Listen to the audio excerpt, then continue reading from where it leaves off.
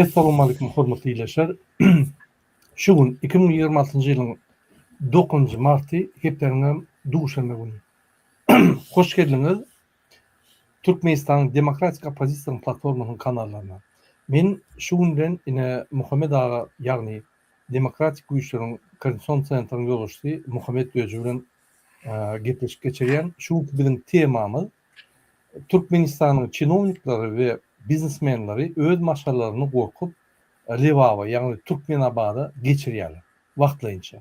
Ine şu barada gurun eder, şu barada gurun etmäk Muhammed aga ruhsat berseň biz birinjiden assalamu alaykum. Salam Rada, salam vatandaşlar. Maşallah. Inni ikinciden men ruhsat berseň şu Türkmenistanyň gelen habarlary görkedeýin, ondan biz öz temamyza geçer. Hem işe edişmeli ýaly. Ine hormatly ýeşler, serdim men bir video görkedeýin, ine şu ýerde ünsürtlerdim şu video maňa ardalar gelýär Türkmenistanyň içinden, ine şu videoda görkedelýär gowy edip ünsürim şunu. Bir minut.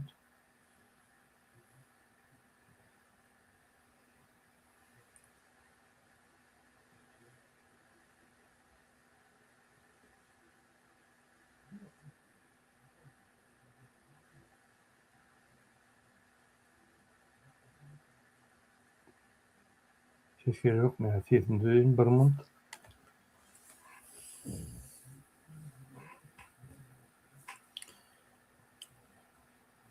Okay.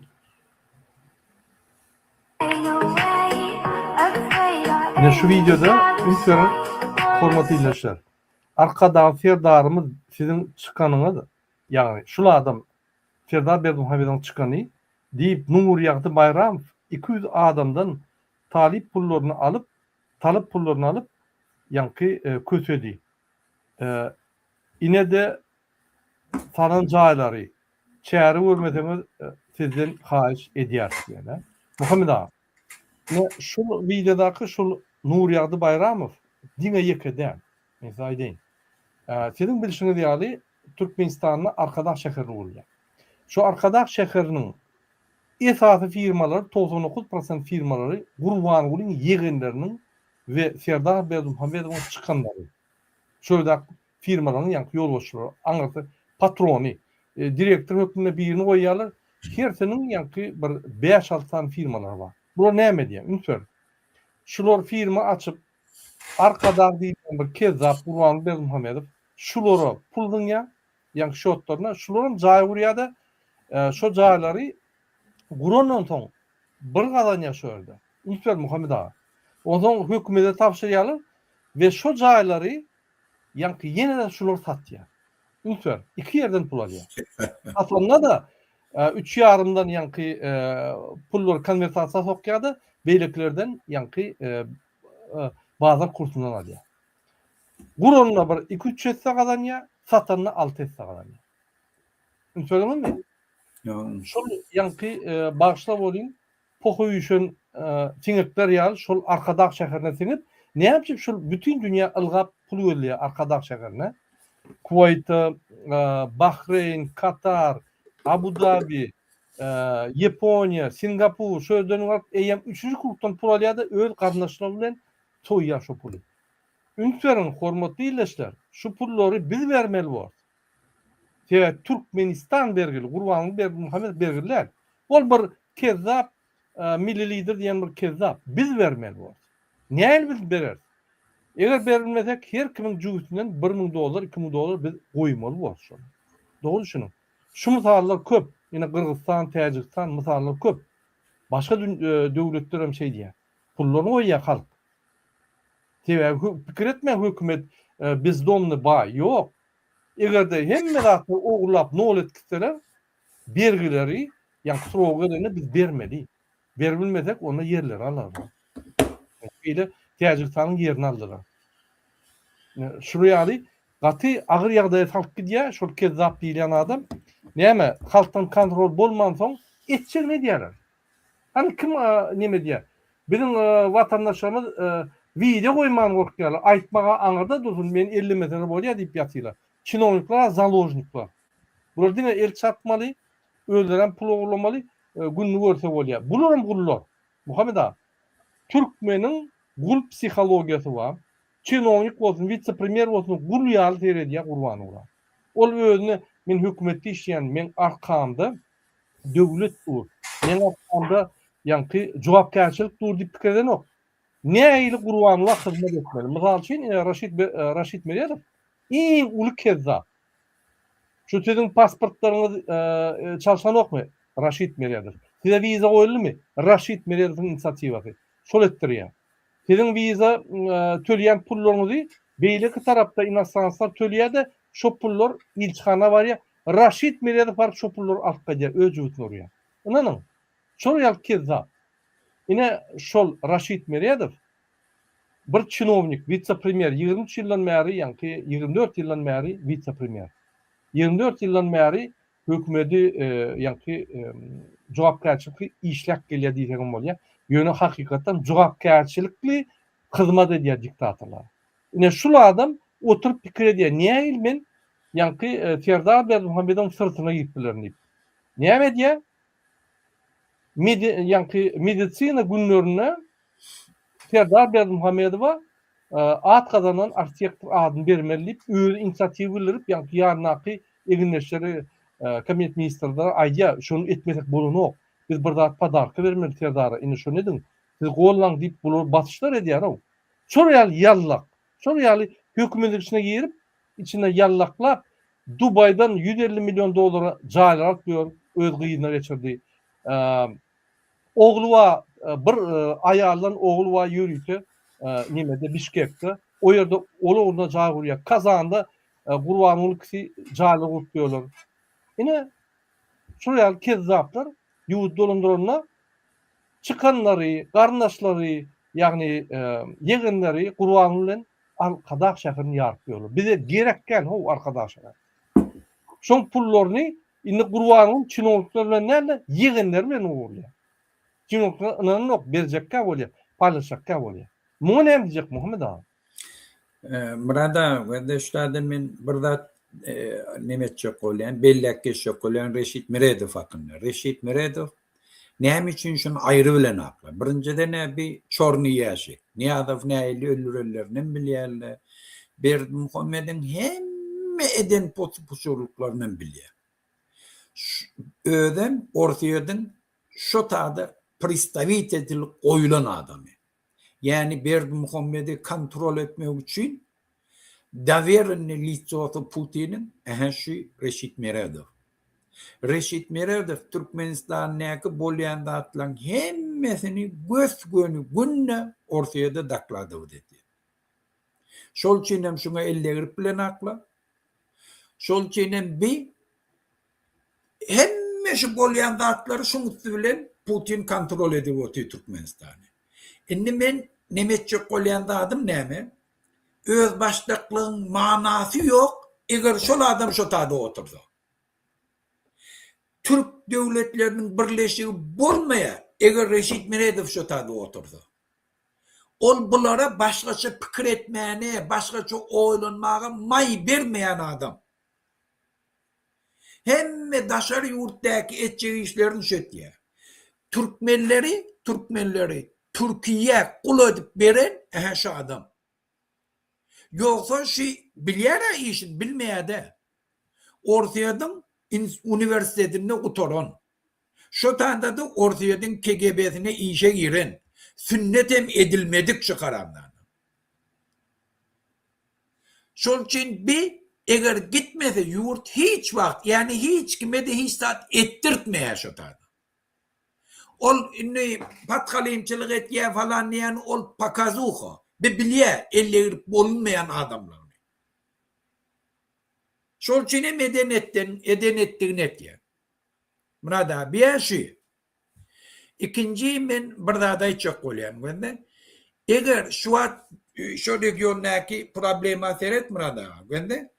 İran näme etsele şol goňşy döwlet diýip parahatçılığı neme deyli falan hiç bolmasın diye İran'ın eden ettiliğine göz yumdular. Hem Türkiye hem devletler. Dubai hem Katar hem Amman hem hemmesi. Yoksa İran ne ki? Adam hukukları deklarasiyeti bozulmağını hemmeti bilýärler. Bilmeyen yok. İn sonunda ne oldu? İn sonunda Dubai dargadı. Polnus'ta dargadı şu anda. Hemme kişpurnu bankrota düştü. Regionu orada çekti. Şol için eğer komşu devletlerin içinde kanunçılığa hormat koymadılar, adam hukukları deklarasiyetine hormat koymadılar, sen komşuluğunda cay kuranın peydası yok. Arkadaş şehrin kuranın peydası yok. Zavod, fabrik kuranın peydası yok. Bir gün şolun emmesi kule vuruyor. Şonu şu an şu regionun adamları görüvoti, halkı görüvoti. Avrupa ne için bir yerde birine bırdat bolsa derro şona bir anat yayrat yalla itiyen. On içeri işinden koşuluşmaklık de. On önünden aladet ya. Eğer şu tay bulaşta şolara diyaniyet ya. Kim adam hukukları deklarasiyetini doğru yetirdi, özüne ağda kabul etiyen. Ağda taylovları üpçün etti. Korrupsiya karşı görüştü. Metbuat ağdatlı boldu. Şu şartlar koyuya ondan ağdalığa kabul ediyor. Yoksa eğer adam hukukları deklarasiyetini gödük ödeyen olsa, ağda taylovları geçirmese, siyasi ütkeşikli, parakatçılıklı şu tadı edip bolmasa, şuna şart bolmasa, o yurt bulaşya, ola İran'ın için. İyirde güç bulaşya. Ol ya taşarı yurt bilen uruş bolya, ya öz için ne revolüsiya bolya, kırgınçılık bolya, imigrasiya eylek, şu tadı istoşnik terörizm şu tadım bolya. Şunun için hem Avrupa hem medat etiye, öz için alacak adamları, yankı faktörleri, belki yerlerde adam hukukları deklarasiyeti bozulanında gözün yimman, hiv olman ait ya. Olam yeterlik derken dünya parakatçılığını öpçün etmek için. Bir çareleri görme, şunu, dünya şunun şuna yetti. Adam hukukları deklarasiyetini gödek bozuyanlara bir çare görülmese, şuna değişli mekanizm tapılmasa, dünya hiç vakt parakat olmuyor. Ben bollum burada. Doğru, yine bizim bir граждан diyor да, сейчас граждан меня уже повально едут на заработки в Дубай. Может быть, именно это имели в виду, когда обещали нам, что мы будем жить как в Дубай. O Türkmenistan Dubay kurulmadı, inni halkı Dubai'ye gidip Dubai'de yaşayacak oluyor. Aynen tamam. Muhammed ağa, inni yankı Raşit Miriye de gelirler. Serdim şunu. Hormatı iyileşer, şunu bu serdim şu adama. Şu adam Türkmenistan'ı hem talaya hem halkını ağır güne salya. Yine ben iki tane misal getireyim. Şunu men pasportunu karolleyenler Türkmenistan'ın pasportunu ilçihananın üstüyle satıp barıp şu yerden pullar alıp kaydı. Özem ilçihana baranlar, yani kaytan olsa bir ilçihana baranlar hemme rasxotlarını öyünü alyan zatlarına çelli, iyiyen, içyen zatlarına çelli yankı pasol ettiriyor. Şöyle barıp arağını, kanyağını hemme zaten ödem alkaş, kuturan alkaş. Koyduruyor da şöyle keyip çıkkaydı. Ve şol viz için gelen pulları cüvütnalık kaydı. Ne şura şitmeli. Şuraya keza, şuraya yankı sistema edil yılan çıkyalı içine girip içinde gelip gören şuraya keza raşitmeli. Ödem pasportları pasolunun üstünden satıyor. 3.000'den 10.000 dolar çelli tanışma göre. Doğrusu var. Esas doğrusu şunki. İkinci, Türkmen halkına vize giren şul. Sebebi aynı vize girerli beylek devletler bize valuta töler. Yine valuta tölerini biz konsolukun pasollarını saklar diye de ağırlıyor.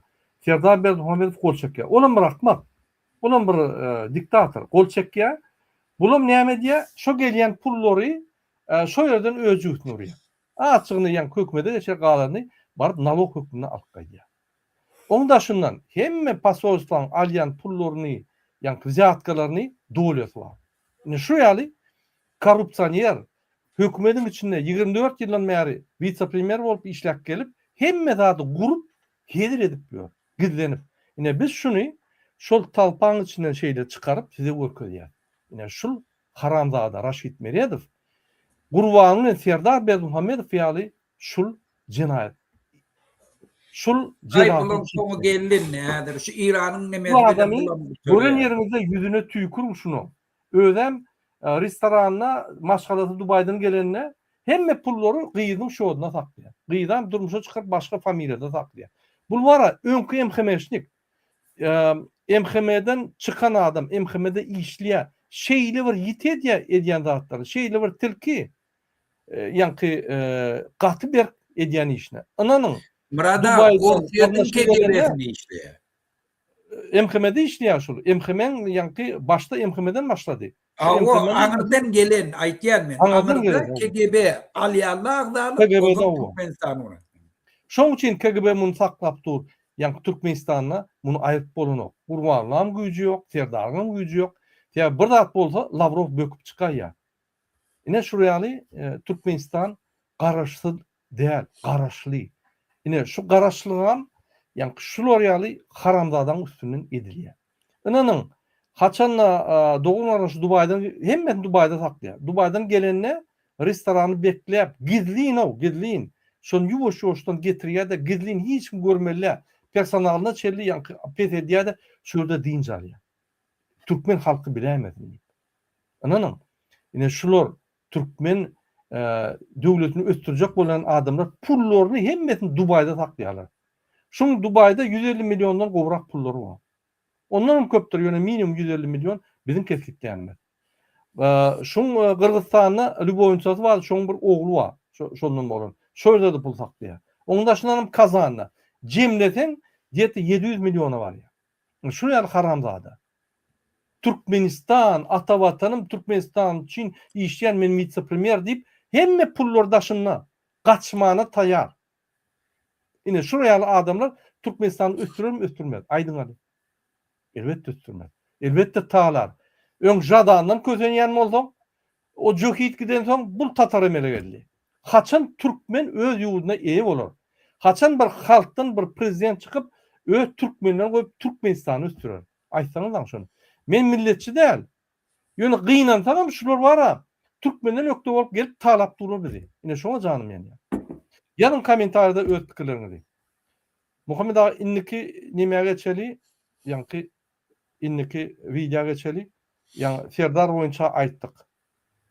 Inni ýene bir video hemişe ýaly biz ýa-ni video görkezeli Türkmenistanyňky ýollar.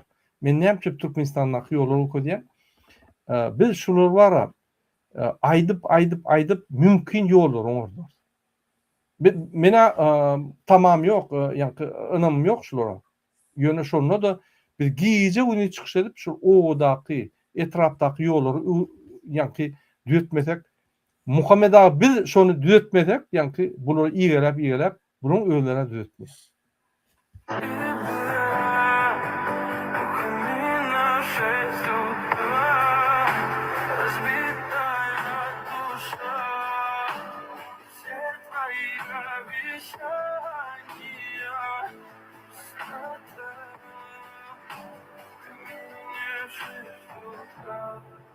Твой маяк подарил мне боль. Устал я жить, все обиды тая. Elbette avariyada olur. Elbette şu yollarda ne yank asfalt var, ne ortasında akli, ne var bundan geçmeler bir bezapas için elbette avariya olur. Elbette giyice türünde şuraya maşin çıktı, avariyada olur. Hiç kim gelip kümüm etmez. Elbette. Seya bu arkadaş şeker der. O yerde yığınlar yok. Bu oğullar, bu hakiki Türkmenlerin ata babalarının kazanıp giden yerlerinin baylıklarını alıp bir tohum gurbanlı yegenleri bilen arkada öz şekerini kurup aylanıp yani pulları oğurlapıyor. Hana adalet. Yanın komentarda ne fikir ediyorsunuz? Muhammed ağa senin bir komentarı versen şuraya yolları. Ay men hiç sözüm yok Murat ağa. Bula men sözüm yok. İran'a da şuraya yollar.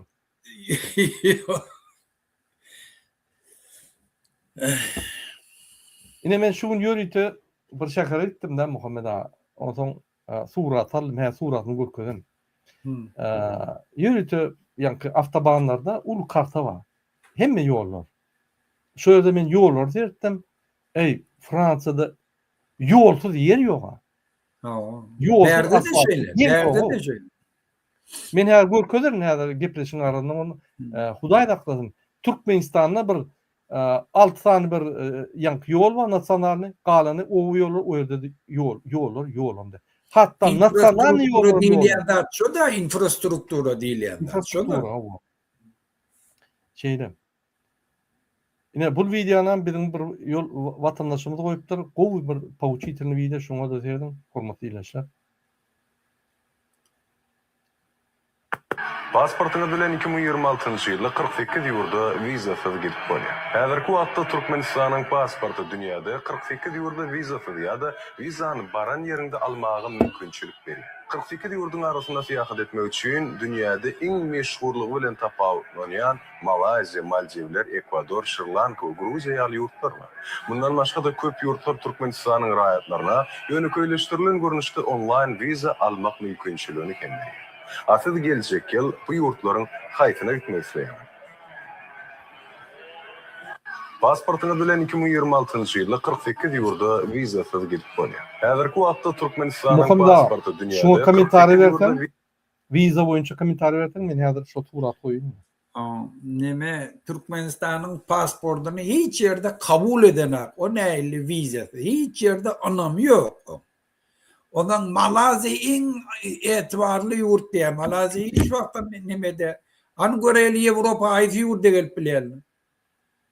An öfen ýurtlara nire barıp bilýär. Yalan söýleýärler hemmesi. Ondan soňra diňe wiza mesele däre. Bizim türkmenlerimiziň meselesi pasport meselesi. Garajdarlar gidenne aňyrda hiç hak hukuky ýok. Olary goraýan ýok. Bir hadise bolsa, urştat bolsa hiç absolutny şakyny pikiremeden akla. Ýani Kazakstanyň prezidentini gördüňmi? Dünýäniň hemme ýerine bizim garajdarlarymyzyň pasportu bilen gadap. Biz şonu goramaly. Näme gerek bolsa etmeli. Şola bizim baýlygymyz diýär. Türkmenistan şonu etýärmi? Bir haramzada KGB'ni oturtdylar diňe türkmenleri kul hökmüne beýleki ýurtlara satýar. Işi şol. Pikir etmeyen vatandaşlar şol Reşit Meredov Türkmenistanlıları pasportları yokluğu için öz bäfidi ýokmudyr. Ol hödürleýär, şeýtirip özüni taklaýar. Ol usluga akazat etýär Türkiýe beýleki ýurtlara. Men ul berýär, baryň işlediň peýdaňyzy göründi. O zaman men gollan diýär, men diýmem ýerine ýetirdim. Ola barterni zelkeýana, siz kul berýär, ýerde bize zat diýmän, bizi gollandy. Biziň aktivistlerimizi berindi. O ýöne ýerden şeýtýän kadimem. Ýoksa her bir döwletiň borjy, her bir pasolstwaň, konsulluklyň işi sizin pasportlaryňyzy şo taýda bermeli. Özüm online bermeli. Doğru. Her bir işlerini online etmeli. Ýöne bula edenak. Näme üçin? Bu sizi kul hökmüne beýleki ýurtlara satýarlar. Boldy. Ine men Gürkeýen Fransany turat şu ýolda bar ya kaldım. Dedim. Ne şu Fransa. Dedim. Ne şu ýerde Vinci diýip bir kompaniýa bar. Bir kompaniýa ine awtobanlary. Ine şu. O diýmek başga ýerde ýol ýok. Ine derdiň. Başga ýerde de ýollar ine derdiň. Ýollar şular departament ýanynsanar ýollar şular. Ine şular platny. Ine şular platny. Ine şular besplatny. Ine Fransada. Muňa derdiň. Bir yer ýok ha, ýolsuz yer ýok. Muhammed abi, ünsürdinmi? Ýolsuz yer ýok. Hemmede asfalt. Ine der hemmesi asfalt, hemmesi awtoban, ýa gowurlunyň ýollar. Ine ýol, ine ýollar. Bir boş yer barmy? Bir boş yer barmy derdiň? Ine boş yer ýok. Ýol bolmasa bir raýon ösmeýär. Ýol östürýär. Okeanyň ýanlaryna, ine okeanyň ýanlarynda ine görýärmi? Ýollar bar. Yol hükman, yol olmasa bolmaz ine. Yol. Yol bolsa sen yerin bahasam galya. Tawar getirýäniň hem arzanlyşy. İspanya diýerim. Gitýänem köfelýe.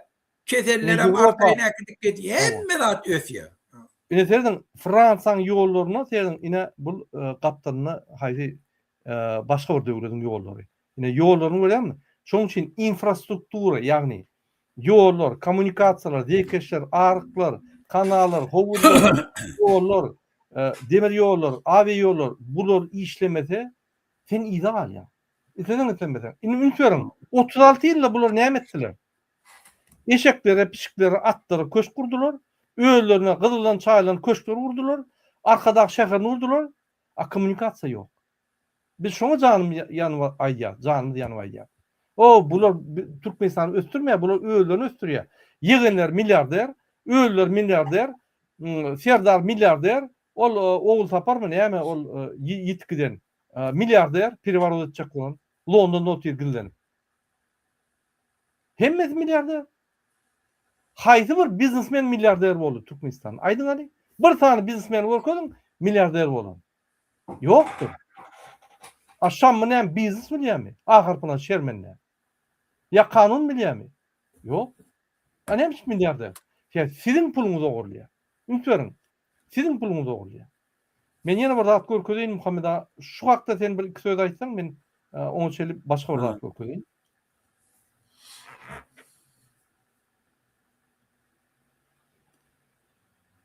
Ine şunu da söyledim hormatly ýylaşar. Ünsürin. Görýän pardon, şu soňra. Muhammed ağa, seni gülýän ünsür çeret häzir. Ünsür çeret. Gördüm onu. GB. GB bolana gurbanyl Berdimuhammedow bolýar. Bular haramzada diýilýär. Men indi söýmeden bolmaýar şoňa. Şu Ramazan aýyny Allah bagyşlasyn meni. Bizim pullarymyza, ýagny Nevit Gazdan gelýän pullary halka paýlaman özüne Yaponiya, Toyota zakat edýär-de özüne znaçokly individualny maşyn çykardýar. Pikir etmeň öz puluna edýär. Pikir etmeň hökümete gelenden balagy ýokdy. Men Lubomçasyny tanıyan, balagy ýokdy. Wirke loşkan tutmany bilen okdy. Şuryaly kezzap, oglap görýär, halk hiç sat diýen ok. Bir video goýsam oňa bir iki sany informasiýa çykjaň gorkup aýrýar. Ay onun şu maşina aňarda dursun, loşkasynda da ýazar, ýa loşkasynda da ýazar GB diýip. Kim näme diýär? Hiç kim sat diýen. Ünsürdinizmi şoňa? Atlarına, pişiklerine ola hiç.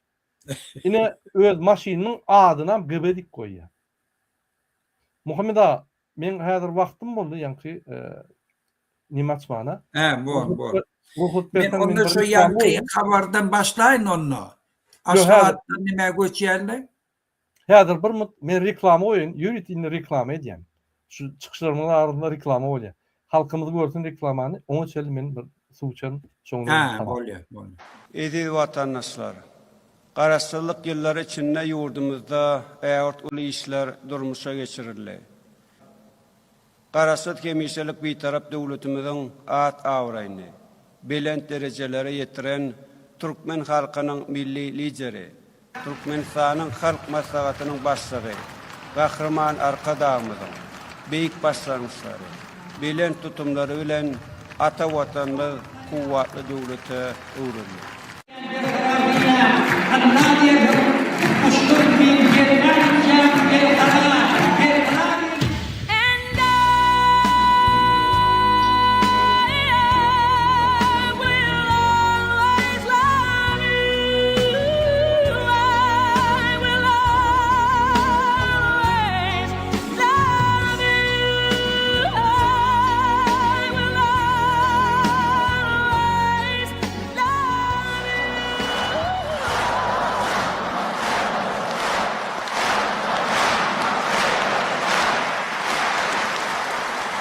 Раз, два, три, четыре. До скорых встреч на мятых простынях цвета мак.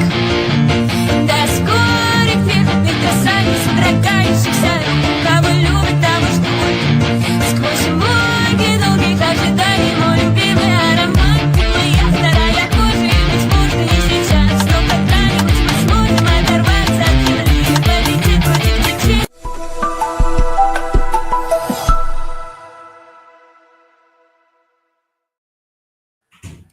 Ine hormatly dinleýär, ýalňyza gördüňiz şu GB maşinine bul bizimden hoşlaşýar. Biz muny urutmaly. Biz şunu diýmesek şu kezzapdan hemme Türkmenistana kezzaplyň fundamenti gurban bermeli. Hormatly dinleýär, egerde siz bagty durmuş gurjak bolsaňyz, egerde siz gelecekde çağlarınıza geljegini oňurjak bolsaňyz, biz şu haramzadadan diýmeli. Men her hile düşündirýän şu kezzaplygyny bir daha da düşünün. Biz beýan edýär biz nägeliklerimizi görkezmeli şuna. Biz islämdik şunu. Biz kommentarda yazmaly. Ine men video goýanna bir 30-38 kommentariýa. 4 milyon halk var. 4 milyon 700. Diýmedim diýende bir 5 milyon kommentari bolmaly. Biz şunu islämdik. Gorkmalylar şondan. Şol kommentariýany okap, ondan o düşünüp, gorkup gidip başlaýar. Bitmek bilen bolýar. Eger biz hiç zat diýmesek bir edermen 38 adam ýazsa kommentariýany galan ýazylmasa, ýa-ni nimäni goýmany, like goýmany gorkjan bolsa, biz hiç wagt unutmaýmyz. Bul Gurbanul diňe o da kuşna çelgebe daşar. Papagna çelgebe daşar. Hedil eder. Sebäbi bizim imsimlerimiz şun kezzaplygyny diňe östürýär. Şoň üçin nägelikleri görkezmeli. Ine şuraya video goýdym, ýazyn kommentariýada. Biz islämdik şunu.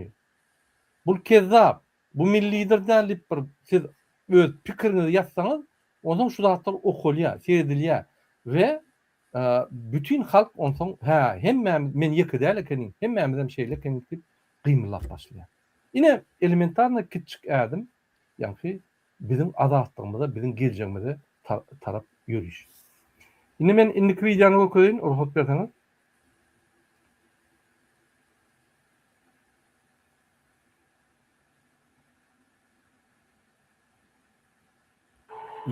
В условиях ограниченных Yeni aýdyşym ýaly, ýa-ni Türkmenistan hemmeleri kömegde. Bular bütün dünýäde kartinka ýatýar. Ýa-ni Türkmenistan bir tarap azatlyk diýip, bular başga В условиях döwletlere ограниченного akyldy авиасообщения на Ближнем Востоке Ашхабад продолжает оказывать помощь иностранным гражданам, прибывающим из Ирана. Власти Туркменистана предоставили круглосуточный гуманитарный коридор, обеспечивая бесперебойный транзит через свою территорию. На текущий момент границу уже перешли около 290 граждан из 16 стран, включая Китай и Россию. Подробнее наш корреспондент с места событий. Я нахожусь в отеле «Спорт» города Ашхабада. Он стал важным элементом логистической цепочки по обеспечению безопасного транзита иностранным граждан через территорию Туркменистана. Этот отель способен принять сотни гостей одновременно. Именно сюда после пересечения границы доставляют прибывших. Здесь оформляют все необходимые документы, уточняют маршруты дальнейшего следования. 28 февраля, когда произошел взрыв, я как раз была на занятиях в университете. Было около 9 утра. Первая бомба упала на президентский дворец, который находится совсем рядом с нашим университетом, поэтому звук был очень громкий. Занятия сразу же прекратили. Я вернулась домой и пробыла в Тегеране еще около 3 дней. Взрывы продолжались все это время, с утра до вечера. В итоге мы решили уезжать. Сначала ехали 10 часов на машине из Тегерана до Нишапура, а сегодня потратили еще 3 часа, чтобы добраться до границы. Сама дорога была относительно спокойной, но в самом Тегеране были жуткие пробки. Все пытались вырваться из города, поэтому нам пришлось ехать в объезд. Вместо обычных 6 часов пути мы провели в дороге почти 11. Я очень благодарна посольству за помощь. Мы пересекли границу и сегодня днем уже вылетаем на родину. Мы прибыли сюда из Ирана. Границу прошли быстро и легко. Сотрудники были очень вежливы, помогли нам сориентироваться и буквально проводили до города. Нас встретили очень радушно, и я уверен, что эта поездка пройдет отлично. Когда начался конфликт, нам было очень страшно. Я впервые оказался в подобной ситуации. К счастью, нам помогли посольство Китая и правительство Туркменистана. По пути мы встретили много отзывчивых людей. Сотрудники таможни отнеслись к нам с огромным вниманием, а в отеле приняли как родных. В рамках эвакуационной миссии через Туркменистан планируют вывести более 500 человек. На данный момент всем прибывшим из Ирана и иностранным гражданам предоставляют питание, отдых и возможность оперативно связаться с родными, а также представителями своих дипмиссий. В круглосуточном режиме на месте работают переводчики, волонтеры и медицинский персонал. Напомним, что новому... Teşekkürler için en merak ettiği. Dini öz halkının kanıyım bunu. Для ускорения процедур задействованы 4 дополнительных контрольно-пропускных пункта. Особый логистический режим действует на КПП «Фараб». Он ориентирован на граждан Узбекистана и Таджикистана, которые отправляются домой специальным железнодорожным маршрутом Ашхабад-Туркменабад. Несмотря на возросшую нагрузку, все международные контрольно-пропускные пункты на государственной границе Туркменистана функционируют в штатном режиме. Максат Курбангельдиев, Алламурат Атанипесов, Ашхабад. Специально для CGTN. Ine şuna bir komentary bersen, Muhammed ağa, sen aýtmakan, men şuna jogap bereyim. Fransa'da näçip ýollar bar, näçip logistika bar, näçip hemmeler istýär ýaşamany. Ya Fransa'da arkadaş ýok. Fransa'da halk maslahaty ýok. Fransa'da bir prezident hemme ýanky wlasty eline alyp ýanky parlament diýdi, suwutlar diýdi, öňüne alyp prezidentski respublika ýok. Fransa normal döwlet. Milli lider ýok. Şoň üçin normal. Korrupsiya yok. Emeler başata şol döwlet gutordy boldy. Şo. Ayatollah, milli lider, arkadagly başata şo döwlet ýitýär. Şonu ýadyňyzdan çykarma. Muhammed ağa indi komentary bersen ýanky Ben ne dünya görkezýär. Ýanky gül ýalyp ýöne öz döwletine, öz halkyna hiç tat etmeýär. Men pikrimçe şu bir planlar barmy strategiski halkyna kömek etmeli. Kim kömek etse onu basmaly, ýöne hiç kim kömek etmeli diýip ýanky çynowniklar gurbanly intihardar şular şeýle taklapdy. Devlet dolmuş metotları şu da öz halkını garip takmamalı, ortalık taklamalı, har etmeli, küçeltmeli, ne için şolara basıp bilsen şon yanak basmalı. A beyleki devletleri hemme usluga akazat etmeli, olu ondan şu halkının karşısına etkiyen cinayetinin önüne ola sesini çıkarmasın. Fevde et ya da. Etkiyen iş olur. Başka hiç hatta. Dine öz halkının kanıyım mı? Başkalar hem ekşe kovuş. Onun için hem sesini çıkarana. Ay bize kovuldu bana hem özler radip oldu diye. Onun için bize evlilik geliyor yani. Biz radip olmalı şu durmuşa. Biz şulara oğurlatmalı. Hem medada tayin olmalı. Asmanım asuda asmanı dip verdin sen durak bolluğun. Psik balmoy bolluğun. Uruş gelende onun bir çözgüdün bir metotları. Şu an tarihi var. Sen tarih dedi bir okudu var. Hem de uruş. Şu uruşçulukta kahramançılıkları görkederler hem şu neçelliğimiz kitaplarımızda kayıtılap yok. Sen emosyon bolmasa sen miyor tabi. O mazarçılıkta emmedi yattı. Sesini çıkarana parakat asmanla yattı. Sen eğer bir zade yetecek olsan sen git ki seninle hükmen bulamalı. Sana da diyan çekiyor. Güvene görüştün neticesi neden kazanıyor? Ondan asude yaşıyor.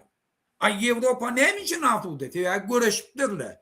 Avrupa'da ne için halka yaşıyor? Sebebi korrupsiyonlarların karşısında mekanizmları var. Nemetmeyerler. Ne için şöyle parakat? Sebebi istenlik vakti. Hükümet yolbaşçıların çalışıp bileyenler. Görün İran'ı gönder.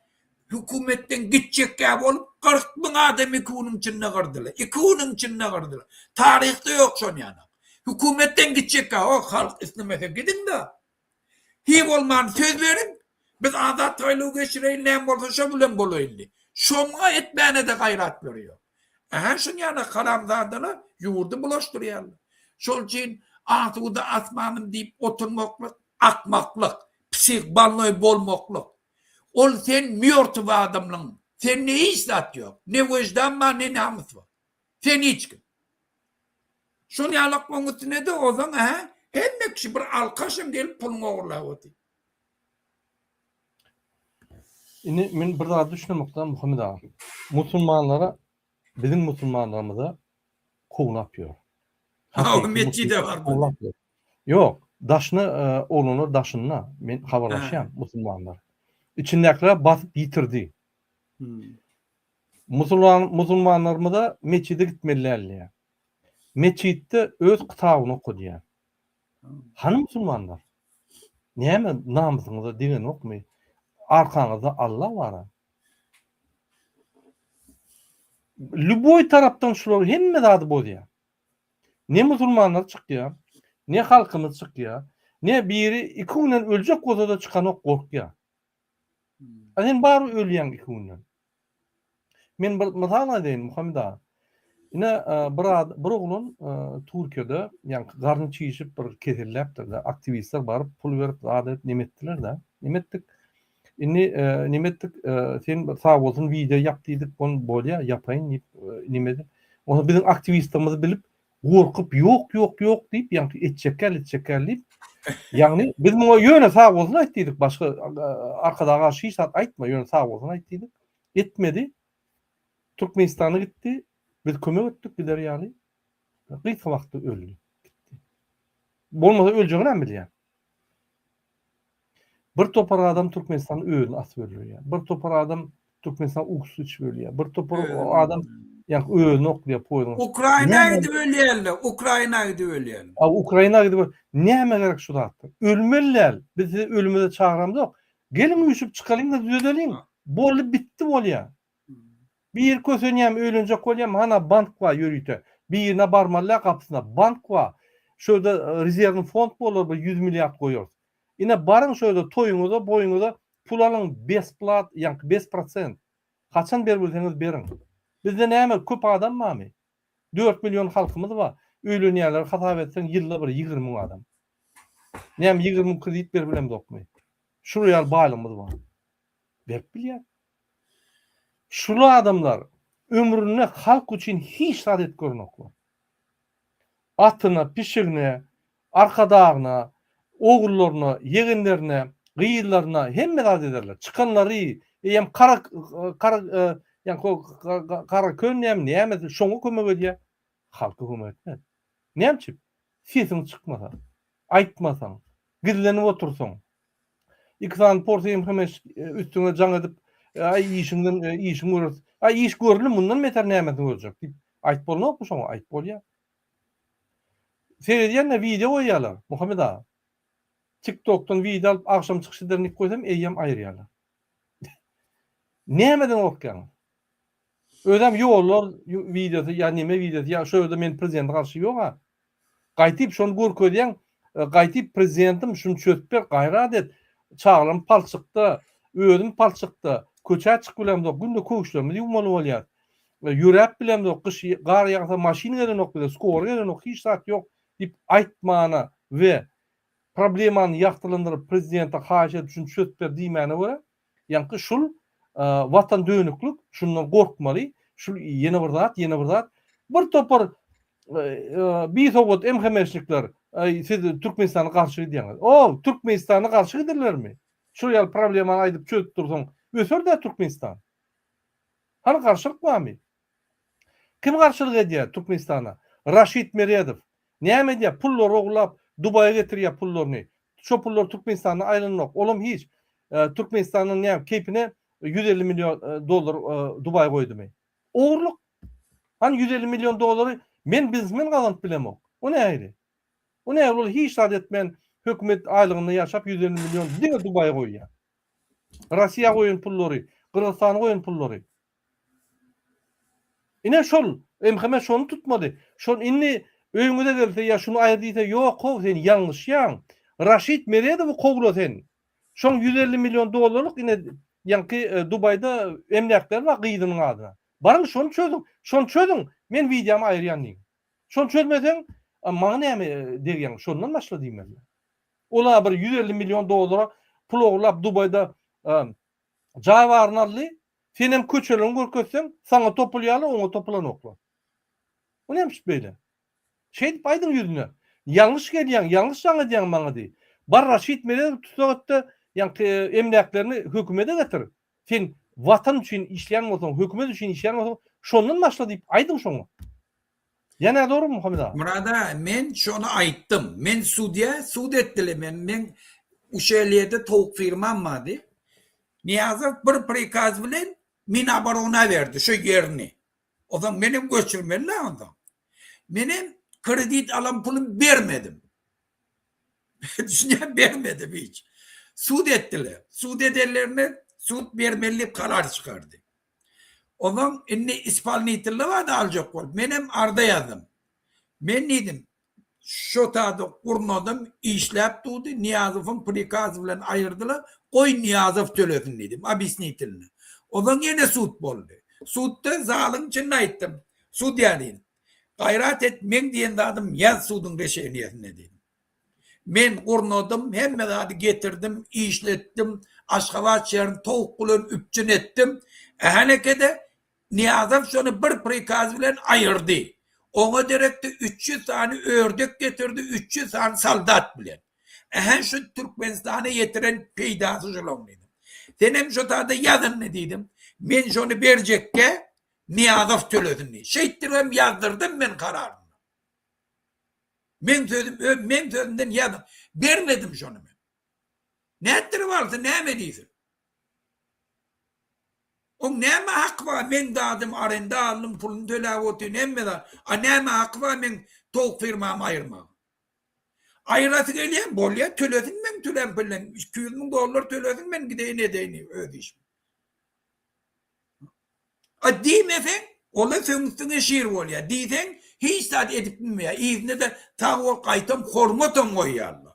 Bereke değerini, hormatom koyar şu adamlara.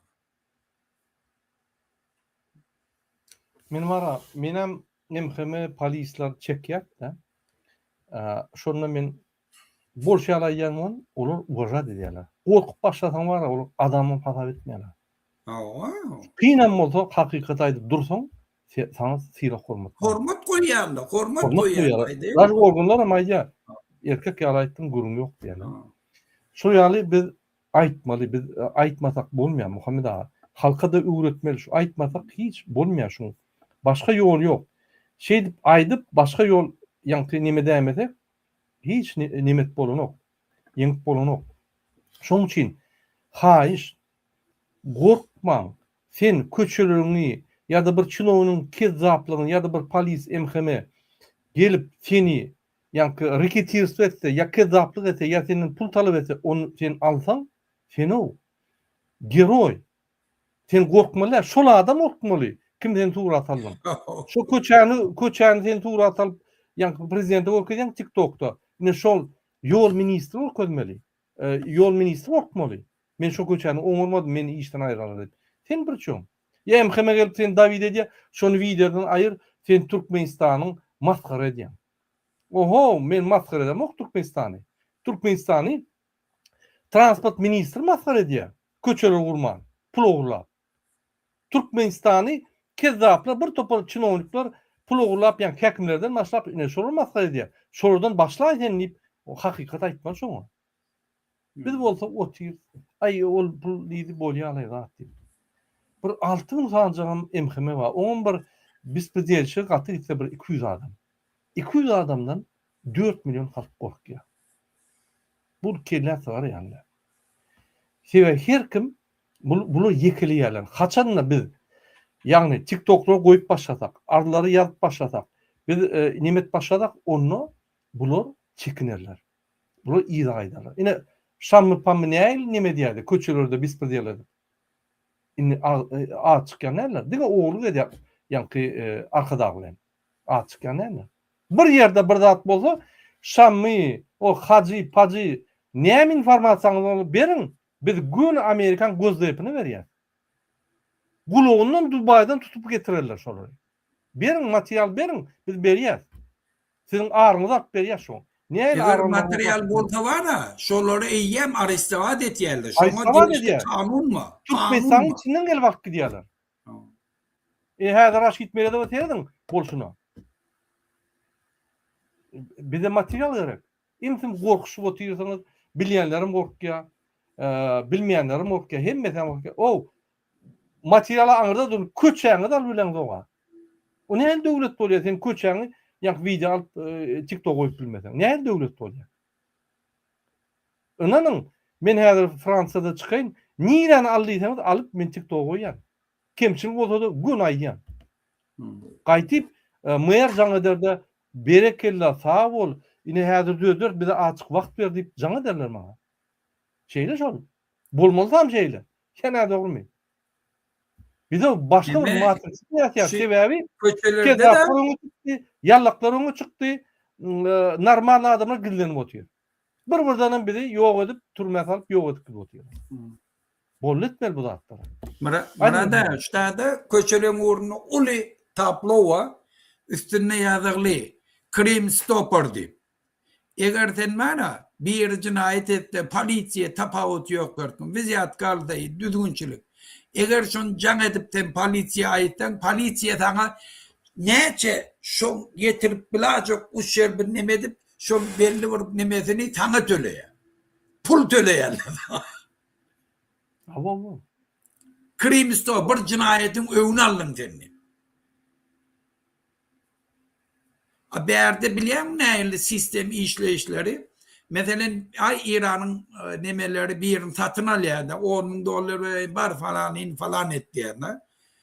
Eğer şu kabul edilen $10,000 gepleşen adam bari polisiye ayıptı $10,000 bir veriyerli İran'ın vereceğinden mesela. Düşünüyor musun? Üstüne yine de polisiye özü veriyor. O zaman şunu kontrol edip doказательства bilen tutuyorlar. Mesela İran şu da bir düzünçülük edecek oldu. Şunu şey ettirip köp zaten övün alıyorlar. Yani tam bir sen satın alacak oluyor. Sen bari polisiye ayıtken polisiye on veren söz veren puluna sana bir veriyorlar. Üstüne yine de veriyorlar.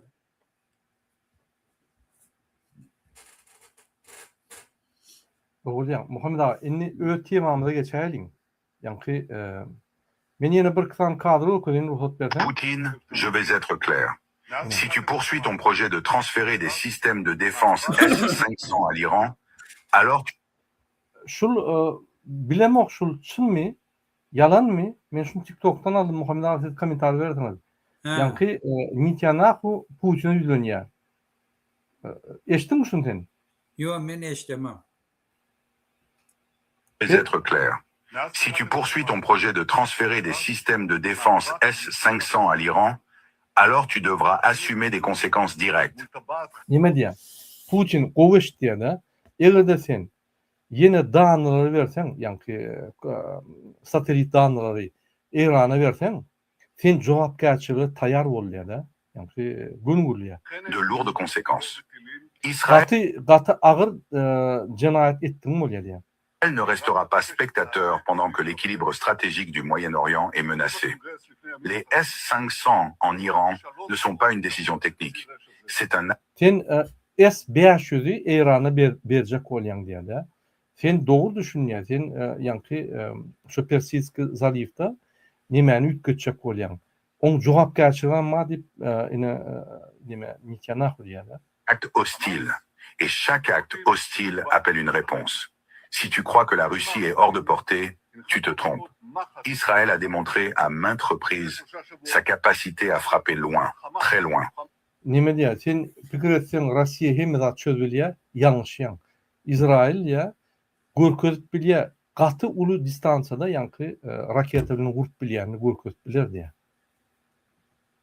Avec précision et détermination.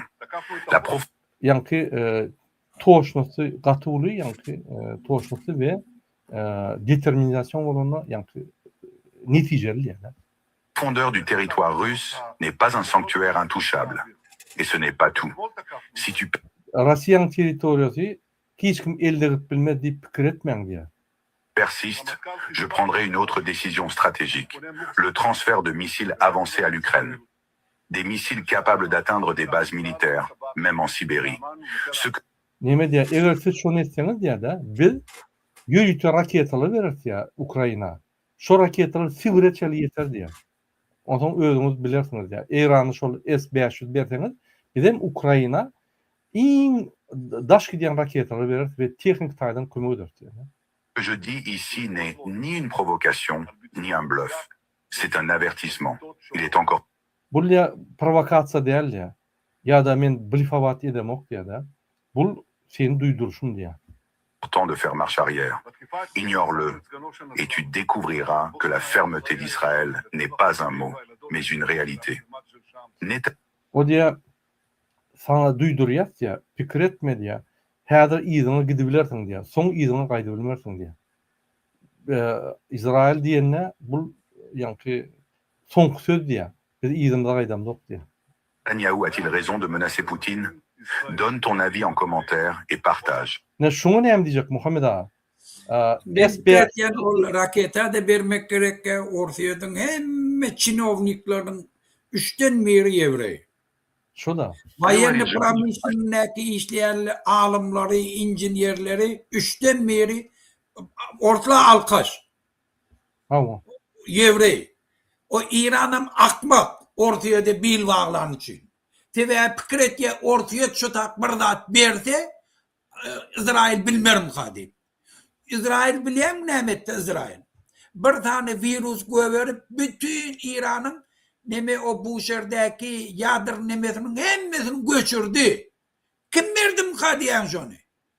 Orta injinerleri hem de Yevrey, İsrail'e veriyen.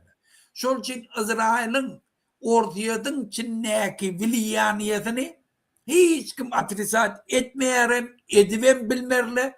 Putin İsrail'in eline duran adam. İslenlik vakti Krasny Konopka İsrail'in eline. Şol için Putin onu kovuluyor. Şol için hem İran'ı kömek edip bilmeye. Ol aytiyarlarım kömek edecek falan dine İran'ı ağırlak geliyorlar. Pul alım. Yani ursun ön yanını 500 milyon dolarlık doğgular edip 3 yıldan size burada verecekti pulunu alıp kayıttılar. Bula ölecek olup yatan adamın eşiğini oğurlayanlı ortaya. Ön Saddam Hüseyin'i şey ettiler. Saddam Şomuğa Primakov Dışarı İşler Ministeri Urs bolmalının bir gün önce barıp 3 milyar dolar mı yardımda der şun yana 31 neme var ya Volga 31 satıp pulunu alıp Volga da vermedi pulunu alıp gitti. Hiç de adam demedi. Saddam Hüseyin barınınla bambi dedim. O ölecek olup oturan adamın eşiğini alıp kayıtlayan ne o Putin yani. Ne mi Venezuela kömek edip bildim. Beşar Esed'i kömek edip bildim. Ol ölülen zaten oğurlayanla da şunu yanak divay deyin. Hiç olur için konflikte gitmeye ortaya. Akbakan da ona gider yani onu. Yani Atana'ya diyen bolmak mümkün o İran koşuşturma. Raşo dedi oturmam ona. Bokunu diyeyim ben batımda izdavayt isteyedim. Doğru. Muhammed ağa, yine bir video okuyayım men, yankı ondan biz öt temamıza geçeriz. Yine de Türkmenistan, beğenşin mahtaki video. Su yok diyorlar, ne su? Yine şu tecen bağlar öyle yani.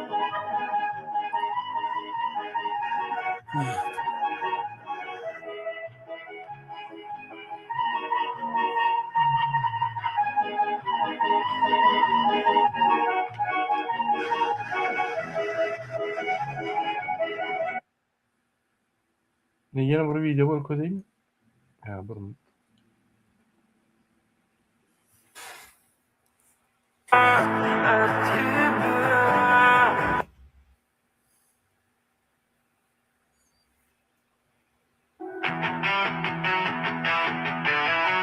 Türkmen Türleme halkımız boyya boy bilenen video. Selim Muhammed ağa.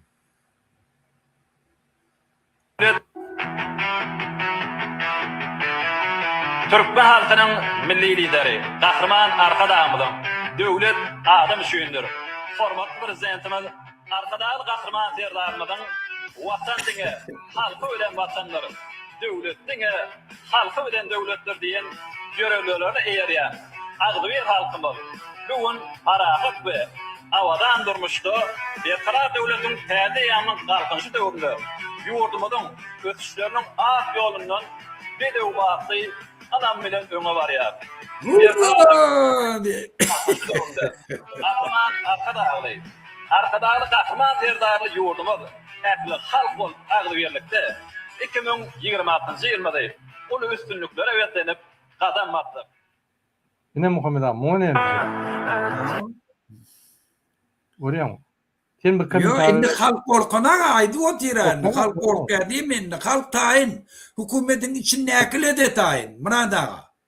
Hükümetin içinde ekle dine halkın hareketine karışıyor. Ola indi çözdülüyor yani kimin tarafına geçmeliğini. İnni Berdi Muhammed'in dünyada hiç iyilik oruğu yok. İnni Berdi Muhammed'in tarafında durup şunu hiç yerde koruyacak adam yok. İnni şu adam halkının karşısında gücün kullanıp bilmeye, güç ullanan adam ne edilenini gözü bilen görüp otu. Öz gününü tanap otu Berdi Muhammed. Şol için dine halkın birce köşe çıkanı gerek şun kun burada. Şunu düşünün. Doğru. Aşkavat'tan şu an eyyem kaçıp otuyorlar. Aşkavat'tan çinovniklerin, biznesmenlerin maşgalaları derre alıp çerçeve daşowda göçüp tadı eýen jaýlyň bahasy galdy diýerler. İran'ın çolmoğundan korkup otylle. Tebe bilye. Bula hiç zat aýtmaýar, habar bermeýär. Näme boljagyny halk bilene. Her kim öz analiz edip, neme edip karara gelip maşgalan bir alaýyn öz maşgalamyň ykbalyşy kalamdadylara baglamaýyn diýip Aşgabatdan alyp gidip bilen adam alyp gidip otýar şu wagt. İran hem hükmen çözüyor. Ola Türkiye çocuk geldi diye ne şun raket attı. Tamam. Muhammed ağa, inni İran temasına geçelim. Tez bir ýagdaýla düşündürseňiz, näme bolup geçýär şuň kununa İran ve İran'ın daşynaky ýagdaýlarda näme bolup geçýär ve Türkmenistana näme şoň täsiri bar? Gysgaçyk bir gurun berseňiz şonu. Wende birincide ne häzir iň soňky habarlaryň biri Khamenei'nin yerine şonuň ogly Mustafa Khamenei'ni bellediler diýip taýlawdy. Ol Şura Nigehban ne? Inni ofitsialny beýanat ýaýradarlaryna bir topar adam gelmedi.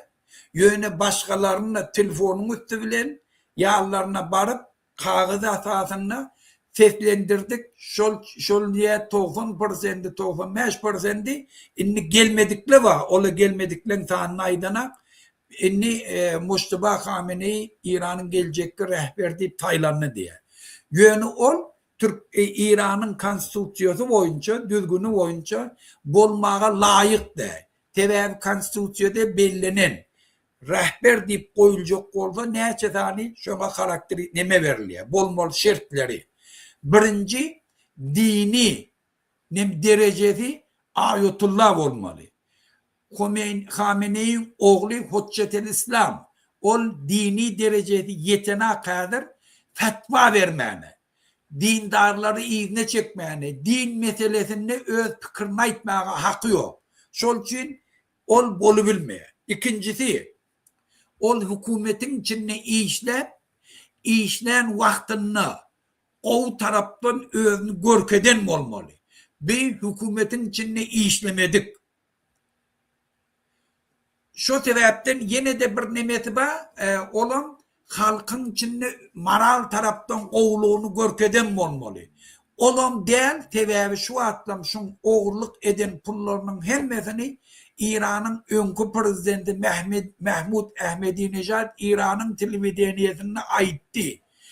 Khamenei'nin oğlu Mustafa Beytülmal'ın pulunu oğurlayadı. Şon iyi diyenle de ondan Angliya'da yani yakın Reuters gazetinin vermeyi bilen 55 milyon dolardan 2 tane cayı satın alanını gördüler. Näçe tane gazetesi Dubai'de näçe milyar pul koyan hemmesini çıkardılar. Şol için bir oğru. Şu öz o taraftan görketmedik adam özüm. Şol için hiç taraftan şunu koyup olmaya. Şol için hem İran'ın hükümetinin içinde de buna karşı çıkanla yaman köp. Ayetullah Ruhani, ondan sonra İran'ın önkü parlamentinin başlığı bir var kendi içinde. Hatta Pezeşkiyan'ım şuna karşı değil. Şol için Pezeşkiyan iki etmedi. Bir güne çıkış edip Azerbaycan'a komşu devletlerden ötünç sonra da rakete atarlarını inni edecekler deyip ertidem yok mecbur ettiler. Yok inni bir yine atacak falan edecek deyip başladılar. Şol için bunu koyuyorlar bir kanun yurdun içinde de şun taylak koyun adamları yurdun yok korku derecesinde işleyen adamla da şunu kabul edene. Şu sebepten hadir geleceği belli de nehirli olacak. Ödem hükümete hadir dolandırmak kıyın. Hem ekonomist kitayden iyidi giderli bambid et yerler. Şu atlam bir house oldu.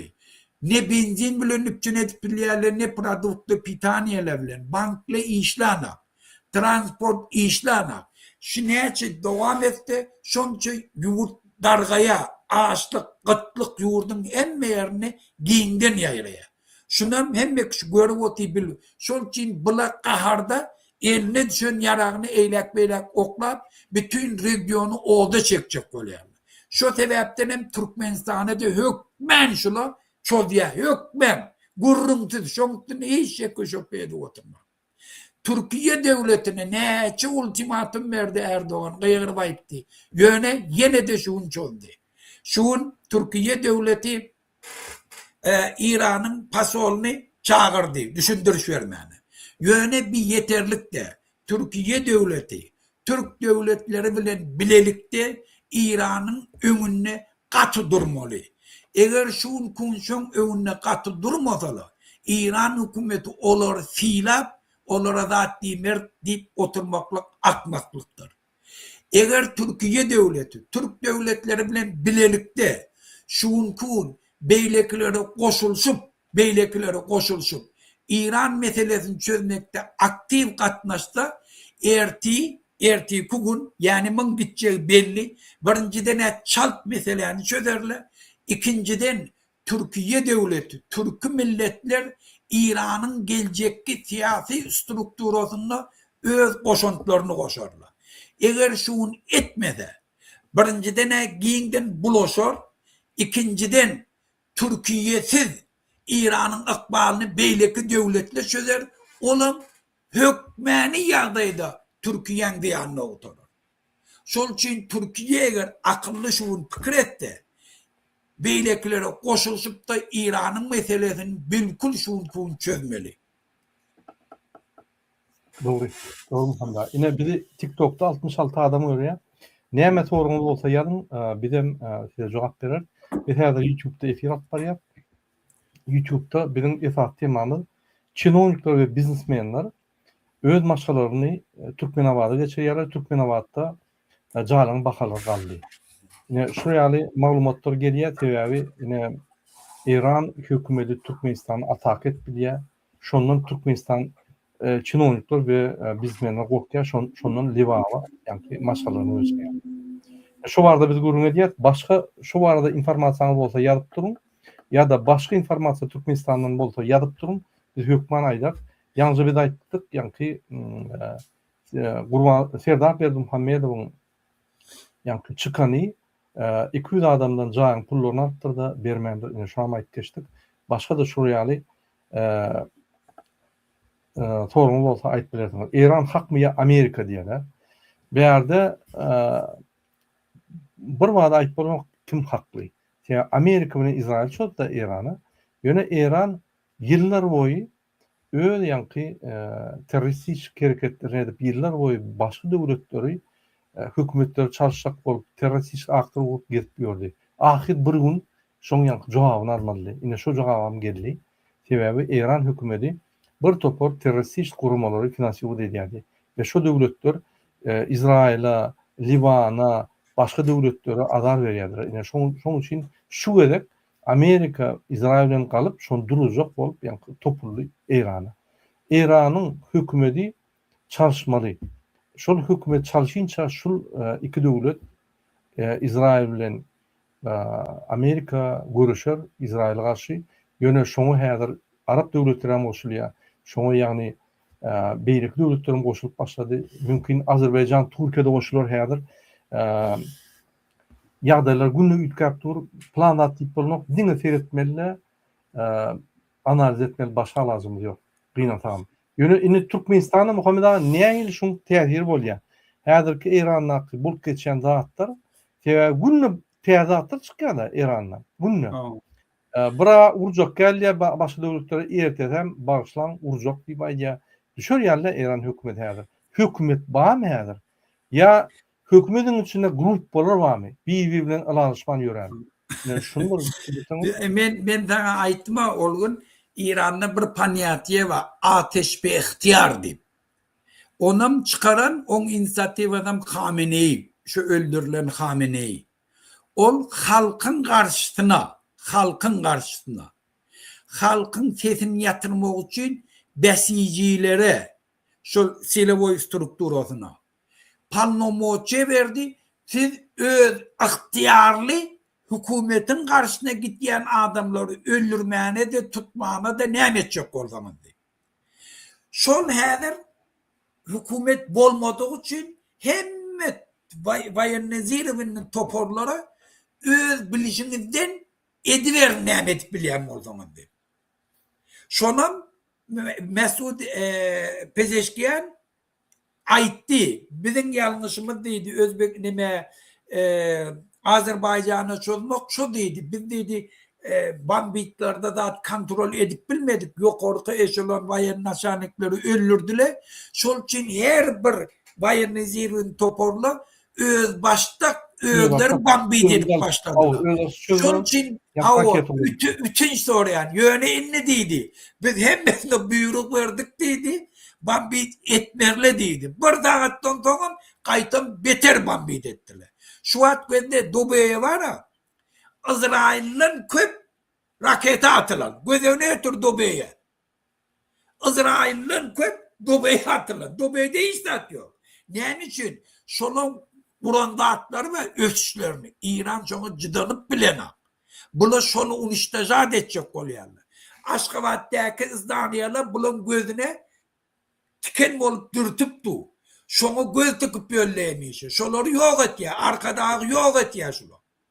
Sebebi koy kıyıkçık ne çık köp yayrasa Amerikan övüne geçerli deyip kasabet ya. Onun rasyotları şol.